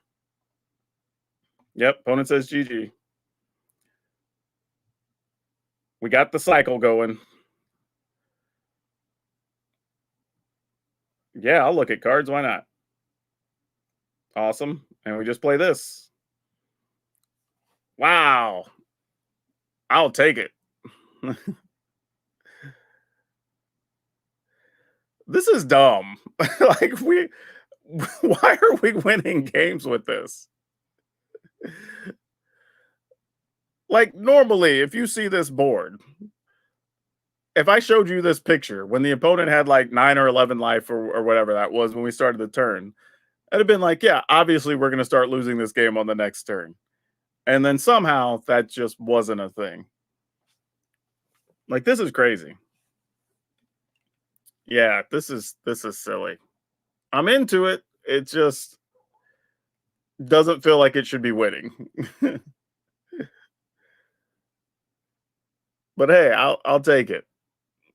Like things don't have to be flashy to be good, you know?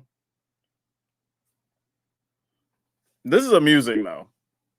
Yeah, I saw that Lightning Helix going to be reprinted. I thought about that with the Heart Flame Duelist. I think the problem though is like if you're going to be playing white, you're either if you're going to play those, you're probably almost better playing either the whatever the 6 mana enchantment that lets you play stuff out of the graveyard every time you cast an instant or sorcery, or just going like Boros aggro type thing. Yeah, we'll keep this. This feels good-ish.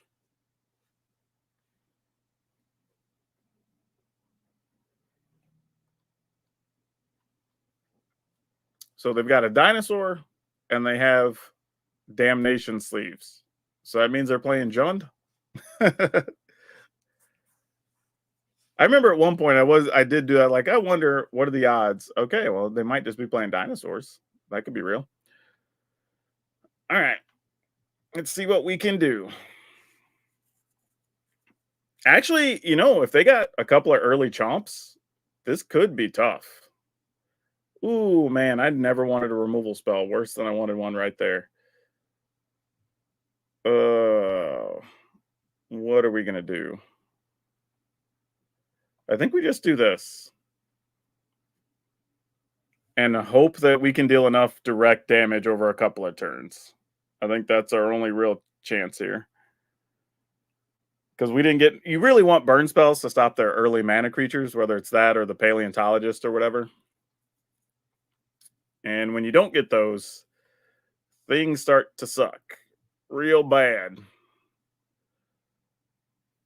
So what are we looking to do now? I mean, we can play Alchemist. We can play this. Man, we're nowhere near doing enough damage. Can't attack, obviously. Yeah, this is going to be a rough one. Especially if this is like Dracosaur or something here. Oof. Hey, Galahad, how's it going? Oh man. Okay, another hammer skull. I'm assuming there's a chomp to fight something. Oh no, they're gonna besage us. Actually, that's fine, believe it or not. I would like to not draw as many lands, so I'm kinda okay with this. Us pumping a thing doesn't really do much here one way or the other. Can we safely take 6? I don't know if there's a benefit to taking 6, but I'm gonna take it. At least one time. Oh, no. Alright, let's do this. Let's go ahead and crack this. See if we can find something useful here. Okay, that's something. It's not great, but it's something.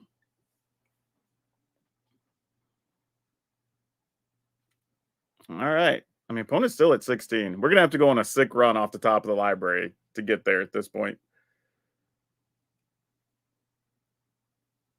Wow, gonna Kogla that. Okay. Like, that happened?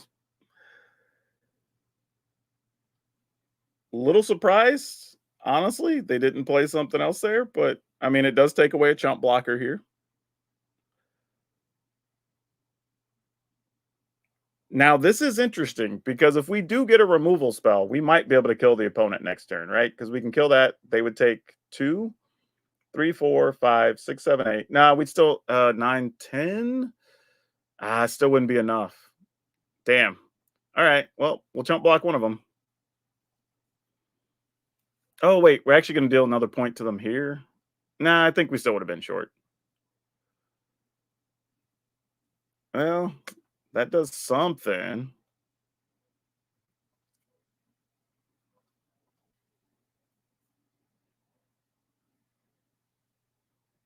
All right. We can attack for 6. Oh, but they have the creature land already. That's tough. But if they activate the creature land, that doesn't give anything trampled, does it? No, it just untaps a thing. All right. I think I have to gamble because I think that's the only way we can win. And we need something good on top of the library. I don't know what it needs to be, but it's gotta be real good, or we're just dead. Oh no. Yeah, that's a problem. Opponent's at 8. Hmm. If I could get 2 off of that, that would be 6. You block that. 7, 8. There's nothing I think we could get here that matters that I can think of. All right, I guess we're well, hold on. If we shoot now for 1, they go to 7. Then on our turn, 6, 5, 4, 3. Actually, all right, I'm blocking with this, I guess. Maybe that's wrong. Maybe I'm supposed to just block with this, and then with them at 7, 4, 3. No, no. All right. Here we go. This is as tight as it's going to be. Shoot the opponent. Go to 7. Oh, wait. Nope, because they have a flyer. Gosh dang it. Oh, wait. We get 2 damage off the Roast Master. Does that matter? So I go to 5, 4, 3. Oh, wait. Maybe. Hold on.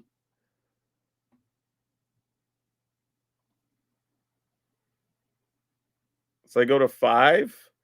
Then we attack. Oh, is that Xaxes? Sick. Wow. How gross. Gross. I don't know how we won that.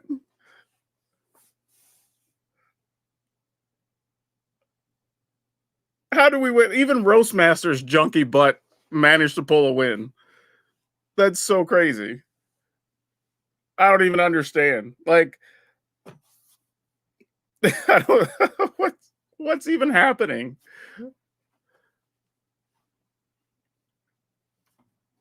Like literally every like The thing that's crazy about this deck is it's literally taking every part of the deck to win these games, but it's still winning the games. This is dumb.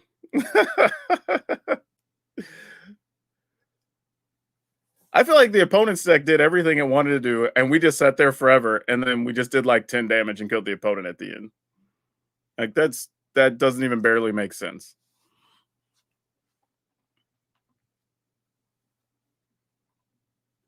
All right, if there's a hand that's going to lose, it's this one, right? And it's against mono red. There you go. This would make sense if we lose this. Can we get lucky and at least draw like a play with fire? No, I guess not. All right. Well, definitely we'll lose now. At least if I had a play with fire, there's a chance I could kill like the Swift Spear when they try to play a spell, but we'll see what happens. All right. Okay, that's good. At least we're only taking 3 this turn.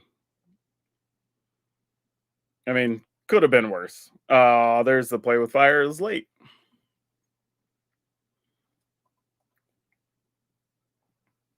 I'm taking my time here so I can shoot something. I don't know if we're going to get a chance to kill anything productive, but we'll see. Bloodthirsty adversary. Well, I guess we'll go ahead and kill that. Minimize our damage here.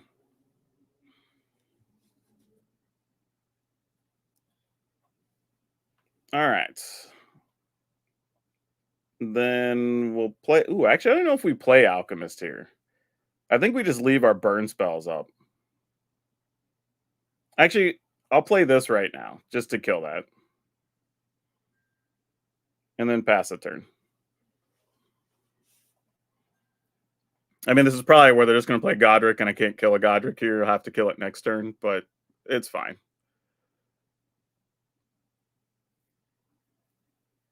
Oh, it's a Squee. But I definitely want to kill a Squee as well.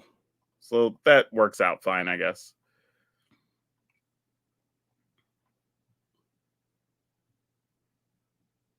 All right, we're at 13, which still feels at least okay for the moment. Could play Ashenale, but I wanted to leave mana up to be able to kill something here if they have another Squee or a Godric, and then try to do something. Alchemist is probably finally going to take a lightning strike from their side. Ooh, wait, do I get to block and then maybe you try to play a rage on it? That would be awesome. Yeah, we're going to get it. Oh, nope, they're just going to shoot our thing. Darn it. Oh, that's what we want. I'd much rather that than them just try to kill our creature.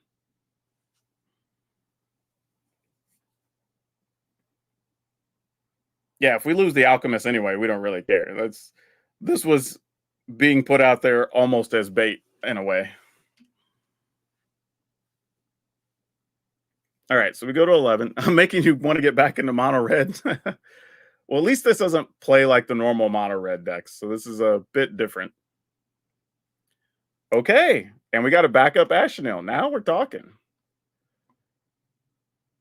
All right, let's do it.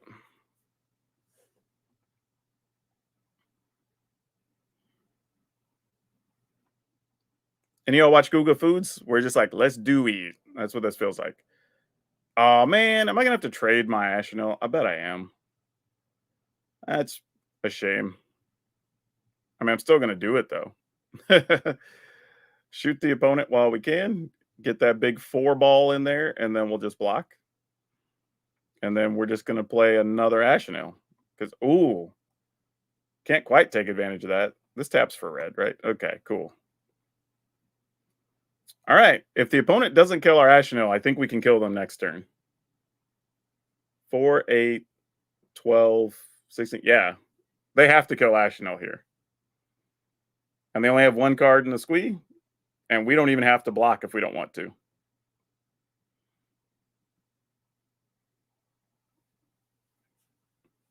Yep. Don't even care. We'll just take it. Like, I thought this draw had no chance the way mono red started. They had typical mono red start. They even had burn spells and rage in hand. somehow we are where we are. I don't know what to say, y'all.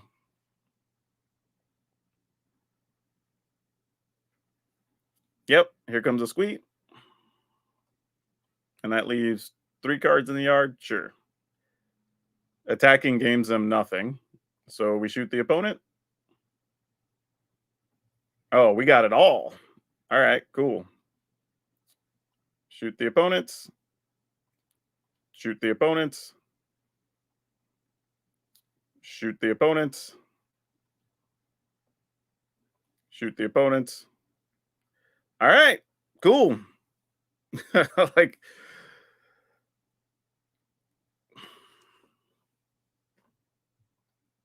I got nothing. I don't know what to tell y'all. I've had this deck sitting around in my pile of decks for like a month. And again, I thought it might just be trash, but that draw against mono red feels like it shouldn't have won. I mean, I'm just being real. Like, we started so slow, but we had all the removal cards and it worked. So, eh. And Ashnil got the win like we wanted.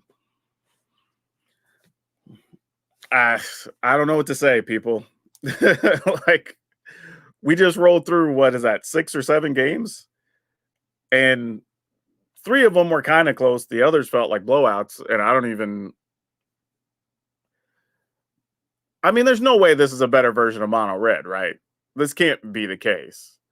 Because like the haze creatures and monstrous rages or whatever feel like those are just better to play.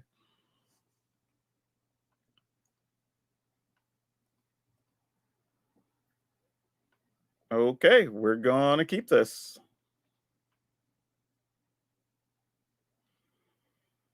And we'll see where this goes. Play this first. All right, let's see what we can make happen. Okay, this would be a good test if this is the domain control deck for sure. I mean, that being said, maybe it's not, because this feels like a deck we could possibly just burn them out, because we almost don't even care if our stuff gets removed, you know, in a weird way.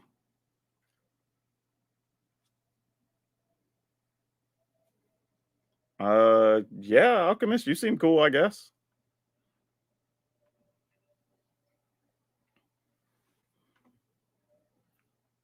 Will attack. Which is funny because right now we look like just a normal mono red deck for the most part. So whatever plan they have, they're just going to stick to doing that, I imagine here. Fading Hope. I will definitely take some more damage. Thank you. I am on board with that plan.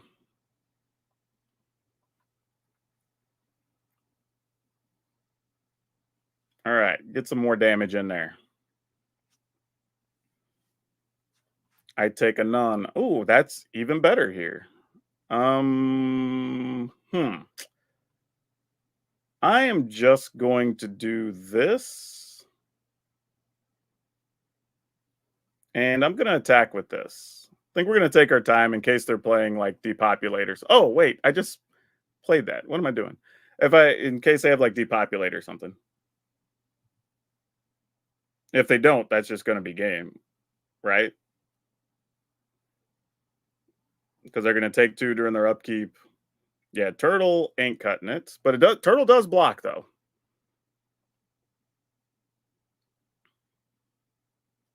Oh, actually, Turtle doesn't block Punisher because Punisher has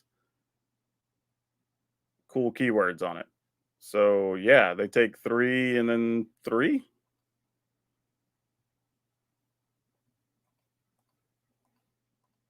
Yep. Sure. All right. Well, there you go. That's another one.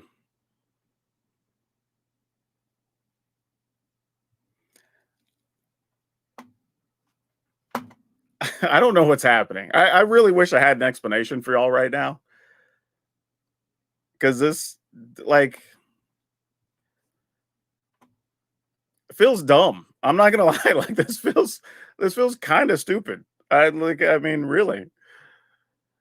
We're just kind of like clocking through games here, and I'm just like, I don't know what to tell y'all right now. I feel like I should have some crafty commentary on how we're winning these games, and I got nothing.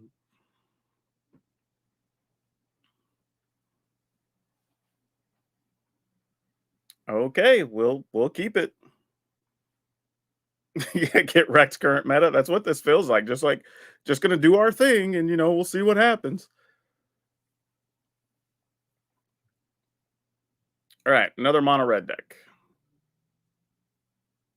All right, well, we'll play a big blocker because red doesn't like 4 toughness blockers, and we are big fans of those. Oh, excellent. Anytime we can find burn spells, that's a good thing. Uh, you know, we're not even in the blocking business right now.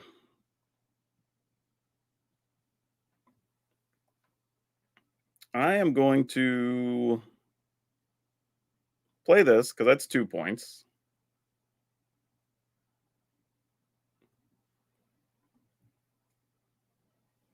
I'm gonna go ahead and play this too. Like, you either have a lightning strike for this, or you're gonna play Godric next turn. Either way, we're fine. Like, we'll take a big hit, but cost of doing business.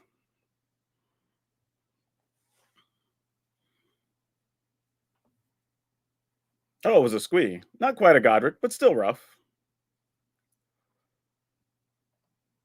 Not so rough, as it turns out.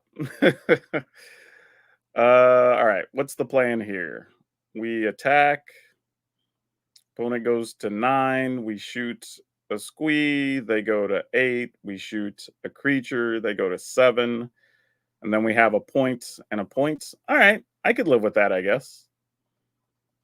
If we just can't get them from here, then we can't get them from here. We'll see what happens.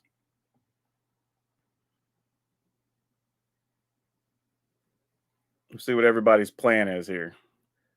What did Mike Tyson say? Everybody's got a plan until they get punched in the mouth. Freed from flesh. Really? All right, fine then. I guess if you have another one, so be it. Like, if you just got it, you got it. All right. Props to you. I mean, like, they had it. I definitely wasn't planning on that. Do you have a blocker though, opponent? Oh, they could have a lightning strike here and we're just dead. Okay, they did have a blocker. So we can't kill them, right? Because I can only deal 2, 4, 5, or I could play this and just not do anything, but then we possibly die anyway because we can only block 1, 2, 3 and take 3 on the tokens. So our only option is to play this, and then we're going to get rid of this, and I'm going to will into existence that we get to play with fire. Come on, how sick would this be? Ah, we didn't do it. All right, GG's. Bodek finally got one. We finally lost one.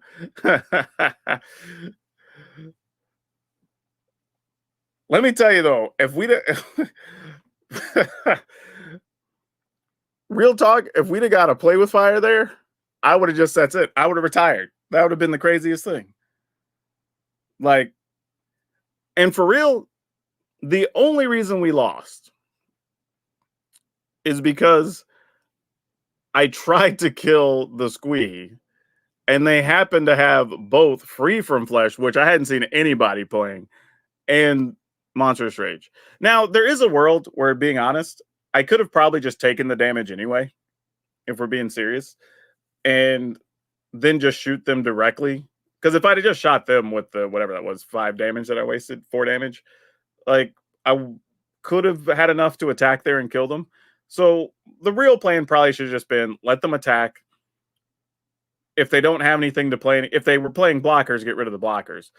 Then just take whatever damage after they try to pump. If they had a rage or something, then I could have killed the creature. Because honestly, taking an extra 2, 3 damage from Squee wasn't going to kill us with the life total we were at. So I lost that one, getting a little greedy. Mm-mm-mm-mm. I'll say this though, like even if they have Atraxa, one of the things you can do is you can still attack and just kill your creature that gets blocked by Atraxa. So then they don't gain any life and then they still die. Like that's a fun trick that people forget with life linkers sometimes. Okay, we get to go first with this is not a fast hand, but we'll keep it. First time Chandra has shown up today, I think. So that's pretty cool. All right, we're gonna go ahead and run this duder out here. See if it dies.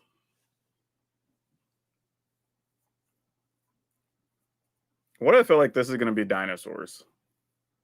Well, if it is, they didn't kill our duder, and that's good for us. All right, take a point, opponents.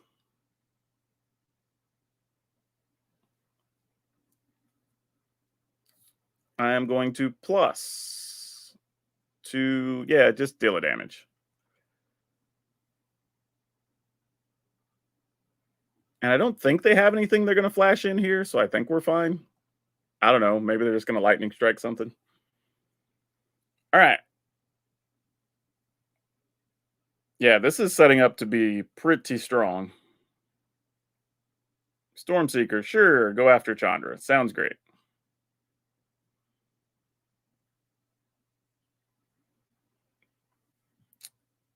We'll play this. We will plus.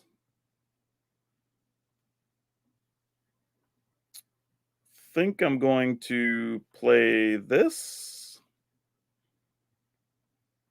And then we're just going to kill that.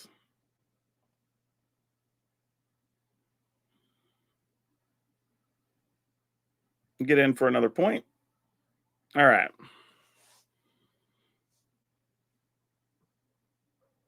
This could be like a Gruul haystack or something too. I don't know what's going on just yet. Oh no, it's just werewolves. All right.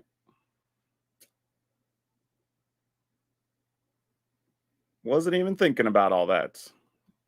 All right, let's shoot the opponent again.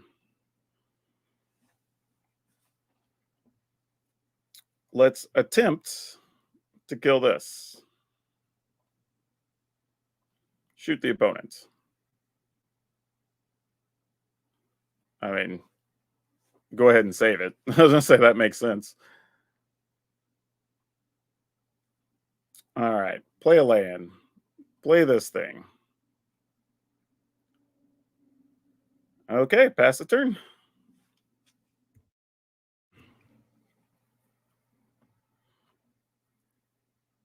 I mean, we might dig with Chandra next turn.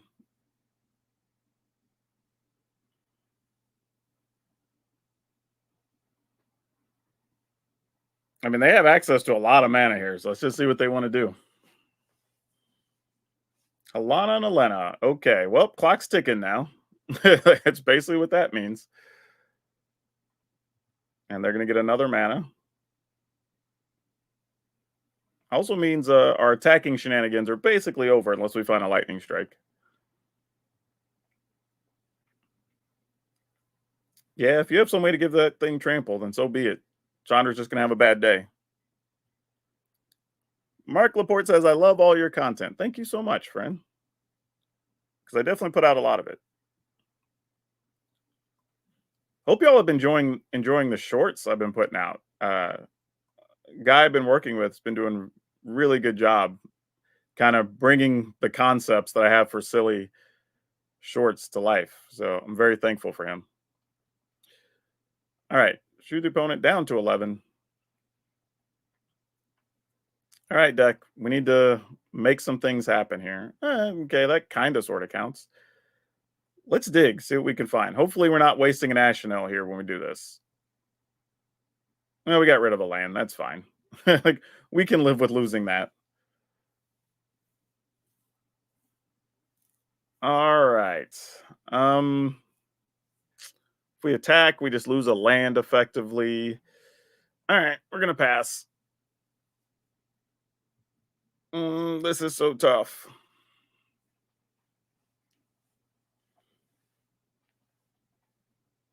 Oh no. Well, Chandra, It was nice knowing you, friend. Tough times, tough times. Yeah, not really much we can do there that's worth it. So Chandra just has to eat it. That's tough. Wow. Thrun. That's something we don't see much of. All right. Shoot the opponent to 8. Take our turn.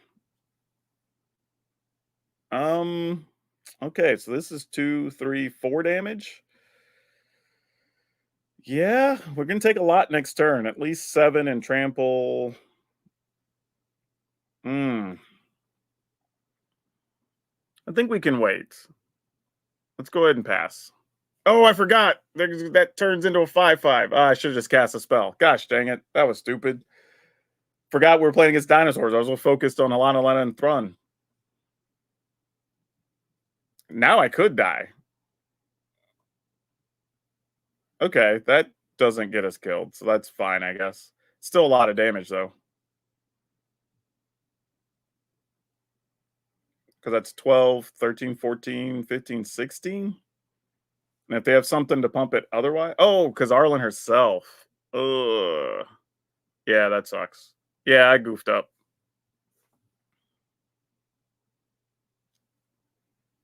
Sure. I mean, that's 15 trample damage.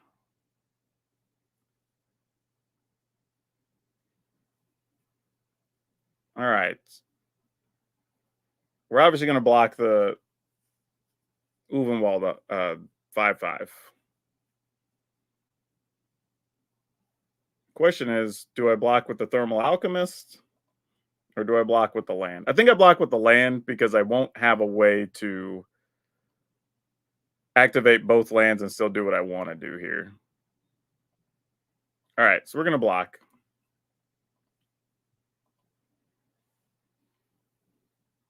I still could get there, but I almost threw the game on that last turn for sure. Shoot the opponent, ping them. They also could have more Tameo safekeeping, so I'm going to play as though they're at 2 more life than they are. Definitely don't want that.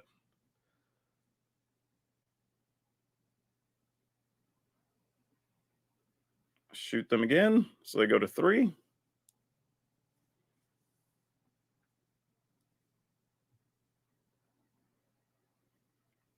Ah, dang it. So we can attack if they're at 5 and they block 2, they take 3. Okay, I think we're still good. I think we're still good.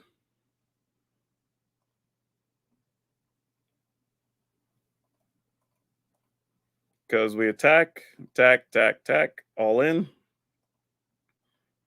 Now, if it's a lightning strike and they kill a thing and block a thing, we're just dead. But oh, that's it.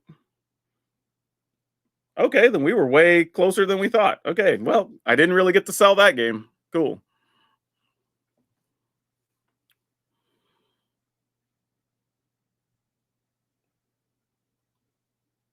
All right, y'all.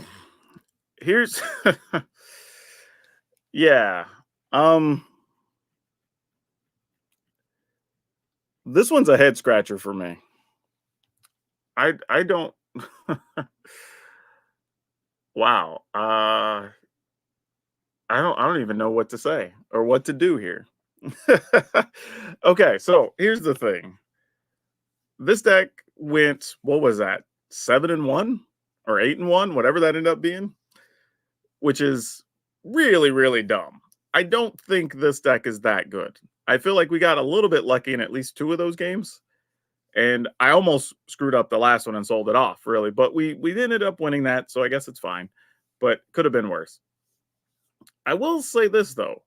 The one card that I would say was probably the worst in here was Witty Roastmaster. And while I thought it was cool, we did win one game because particularly it was a Witty Roastmaster, right? But if that card was also a Furnace Punisher, would we have just won anyway as well? Because it'd be a thing that couldn't be blocked and it would have dealt 2 damage during their upkeep. So the only change here I might make would be probably to change the 2 Witty Roastmasters into 2 Furnace Punishers, I think. But otherwise, the deck played really well. I mean, we held up against mono red. I mean, the only game we lost. Well, anyway, here's the list overall for those of you that want it. 4 Commando Face Kakazan, 4 Play with Fire, 3 Voldaren Epicure. If you don't have some of the other cards, obviously making this a 4th Epicure is more than fine. 4 Flamebreaker, 4 Lightning Strike, 4 Thermal Alchemist, 2 Chandra. Should go to 4 Furnace Punisher, 4 O'Hare Ashenil, 4 Virtue of Courage. And if you really wanted to, you could maybe cut 1 Mistress Foundry to play an extra Voldaren Epicure as well. And I think that could be totally fine too.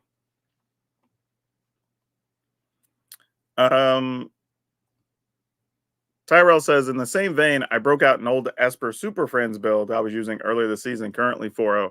Yeah, sometimes things like that just happen. This deck, though, I mean, okay, depending on how you want to look at it, this deck is either 7-1 or 8-0, right? Take your pick. Because we did, like I said, if I didn't get greedy, I'd probably win that game against Mono Red as well.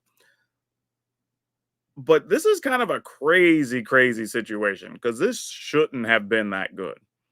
The fun part, though, is we got to see literally every card in play, and they all did what they were supposed to do.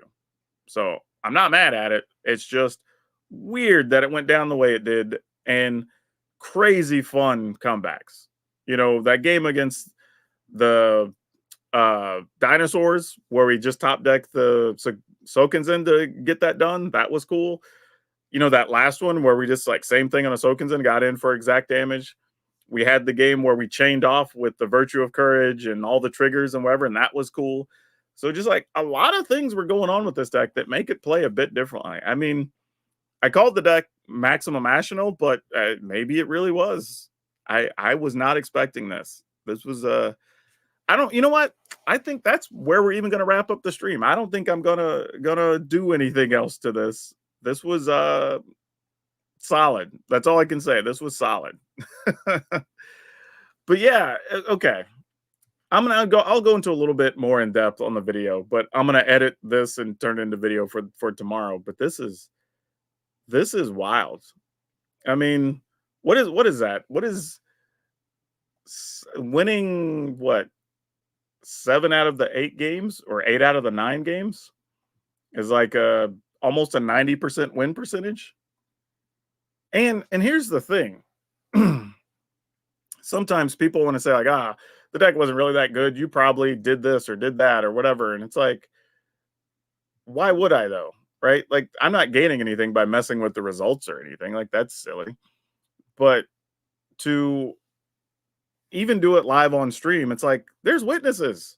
Like, this isn't editing, tampering, or any of the crazy things people want to talk about. And honestly, the other thing too, I tell people is I'm honest in my videos. Like on today's video that was up, I told you like there was a bunch of games I don't know how they finished because I just conceded against Control because they weren't going to make it on the video, and I cared more about having footage I could use for the video than having actual like wins or losses. Right? I just wanted to learn the deck and have those for video. So I don't know how they would have finished. Would I have won or lost? Who knows? But once the games get to being like 15 minutes and I already have one long game in the video, like I kind of need to abandon that game because it's not going to make the footage anyway. But I want y'all to know that, hey, if you play against Control, those games are going to be really long and you got to be prepared for that. But yeah, I don't know. This is Ashenal. There you go, man. Like, is this the best deck for that card? That I don't know. It played like it was, if I'm being honest, but I don't know that it is. But it's something to consider if you've been wanting to play the card. The other fun thing about it is it's not far from being a budget build. This one can almost be budget, right? Because this is uncommon, common. Oh, no, that's an uncommon. Common, common, common, uncommon, mythic. So there's 2. Furnace Punisher, which we're going to go up to 4, also uncommon. Ashenal's mythic. This is mythic. So it does have 10 mythics. But then that's kind of the deck, right? Because you could even be without Sokenzen or Mishra's Factory. I think you could Foundry. You could play without those and still play the deck. So this could be a very good budget build if somebody wanted to. Like, to be that strong and still have a budget option is kind of crazy. But yeah, If I can say anything, be sure to check out the sponsors if you guys haven't over at coolstuffinc.com. Especially if you want to buy a card. Hell, you could buy this deck on Cool Stuff Inc. because it's mostly cheap cards right now. If you want to buy that, so you can just build that straight over there. But if you want to do that, remember to use code Dragon, save 5%. Honestly, real talk, if y'all use any of my sponsors, that does truly help me out because they see that people are going and using my code or coming from my links or whatever. So even if you're not buying anything and you're just window shopping, they still see that activity created, and that's kind of a big thing. Uh, Moose Thompson says, I don't know if it messes with the algorithm, but I would mind if you posted some of the long games in a separate video. I did that for a while, but it really doesn't do much. I mean, it's just more editing to get like 500 views or whatever, you know? So occasionally, if it's like exceptionally good and there's a lot of back and forth or whatever, I post those. But I mean, I don't see a benefit in just posting a long, boring game against a control deck, right? If it's literally just they're drawing cards, I'm drawing cards. I play a thing, they sweep the board. They play a planeswalker, I kill their planeswalker. We do nothing for 2 turns, right? Like that's not fun to post. Like nobody wants to sit through 20 minutes of watching paint dry. You know what I mean? But when it's like a good back and forth and it's a big mid-rangey thing and they're making tokens and I'm pinging things and I'm making a flyer and our planeswalkers are doing stuff and both people are down to their last like 5 life points, okay, then that's cool, right? Then I will share those because that's at least a fun, interactive, interesting game to get behind and watch. But even in my own videos, like I have some games that have been very good, even that I've won, that I just don't include because they're boring as hell. I don't want y'all of a 45-minute video to have to sit through 18 to 20 minutes of a game where basically nothing happens. Like the first 5 or 6 things I play get dealt with, one doesn't. I attack 4 or 5 times, opponent's dead, right? That's not fun to watch. It's like, hey, we got to win against control, but like, it's not entertaining. So I just don't include those sometimes. And I'm open about that, right? Like, y'all, as much as you are watching to learn about a deck or see a new idea or concept, you're also spending your time to be entertained. So I would rather have a more interesting video for you to watch than just, hey, look at me win all these games, even though they're boring. You know what I mean? Like, that just doesn't make sense to me as a creator or as a viewer. Like, I don't like watching that on other people's videos. If your opponents are playing slow and the games are already long and it's 2 control decks butting heads, like that's not fun to watch when I'm sitting here like snacking on some chips and whatever and listening to a YouTube video. So I just skip and go to the next thing. Not that anybody's in the wrong for doing it. I just don't find it entertaining. Mark says, all your shorts are really great, especially the ones when you have those crazy, crazy wins. Yeah, and I'm trying to save fun moments, like the one from today where we have the what you called the enchantment out, right? And we're like pinging the opponent and we're getting to draw extra cards and we're getting extra damage in. Like I'll probably have that as a clip, or even something crazy. Maybe I might clip the one where we barely beat the dinosaur deck or something. Though, because those are fun to see of just like, how the hell are we going to get out of this? And it's like, oh, this crazy thing happened. But we've been playing around. I think the most recent one we put up has like the fun story of how we ended up flipping the Atali to beat the opponent when we only had like 5 cards left. And like, so that one's more of a narrative. I had the one with where we got to wipe out the opponent's entire board with a Phyrexian Obliterator. Just different things, whatever's fun to show, and just tell people like, hey, there's different stuff you can do in standard right now, and we're making a lot of fun videos. You should check them out, and just give them to them in short form content that you can absorb in like a minute. So just fun things. We're just trying different stuff. But yeah, this was interesting. Seeing that we can now stream to Twitter. So, and people did watch on Twitter. I was impressed. I didn't think anybody was going to watch there. Obviously, all of you regulars that are on Twitch, much appreciated. It's always nice to see y'all. Legitly, I know some people say that, but I seriously mean it. Because without y'all, I don't even get to do this. You know what I mean? Being serious. So I really do appreciate that. All right, and also those of you on YouTube. That's the other thing too. Some of y'all, or not just YouTube, on Facebook, y'all are over there as well. So I want to say hello to you and thank you for that. And those of you that subscribed or followed, because that always helps. We're trying to grow the channel all the time, especially on YouTube. Bare minimum, if you're on YouTube watching this, hit the like button. Just help me out. Just like be like, hey, I like what you're doing. Like just hit the like button so other people see that you enjoyed what I was doing. But if you do, in all seriousness, if you ever want to share deck lists or get deck help, I have a Discord. Link is in the description. If you're on Twitch, it's down in the banners or whatever. But that's open. You can come by. We have a bunch of people helping each other with decks all the time. Also, if you would like to support me directly for a couple of dollars, I do have YouTube memberships, and you can actually on the top tier, which is like $5 for the month, like you get access to a link. You can just send me your deck directly, and I can send you an email with personal deck help as well. And I tell people all the time, anything that comes through the memberships or what shows up in the Discord, we may feature it on the channel at some point. Higher percentage chance from the memberships, but if it's something fun and interesting, you could be featured. And that's always a cool thing. So just leave that option there for everybody as well. But yeah.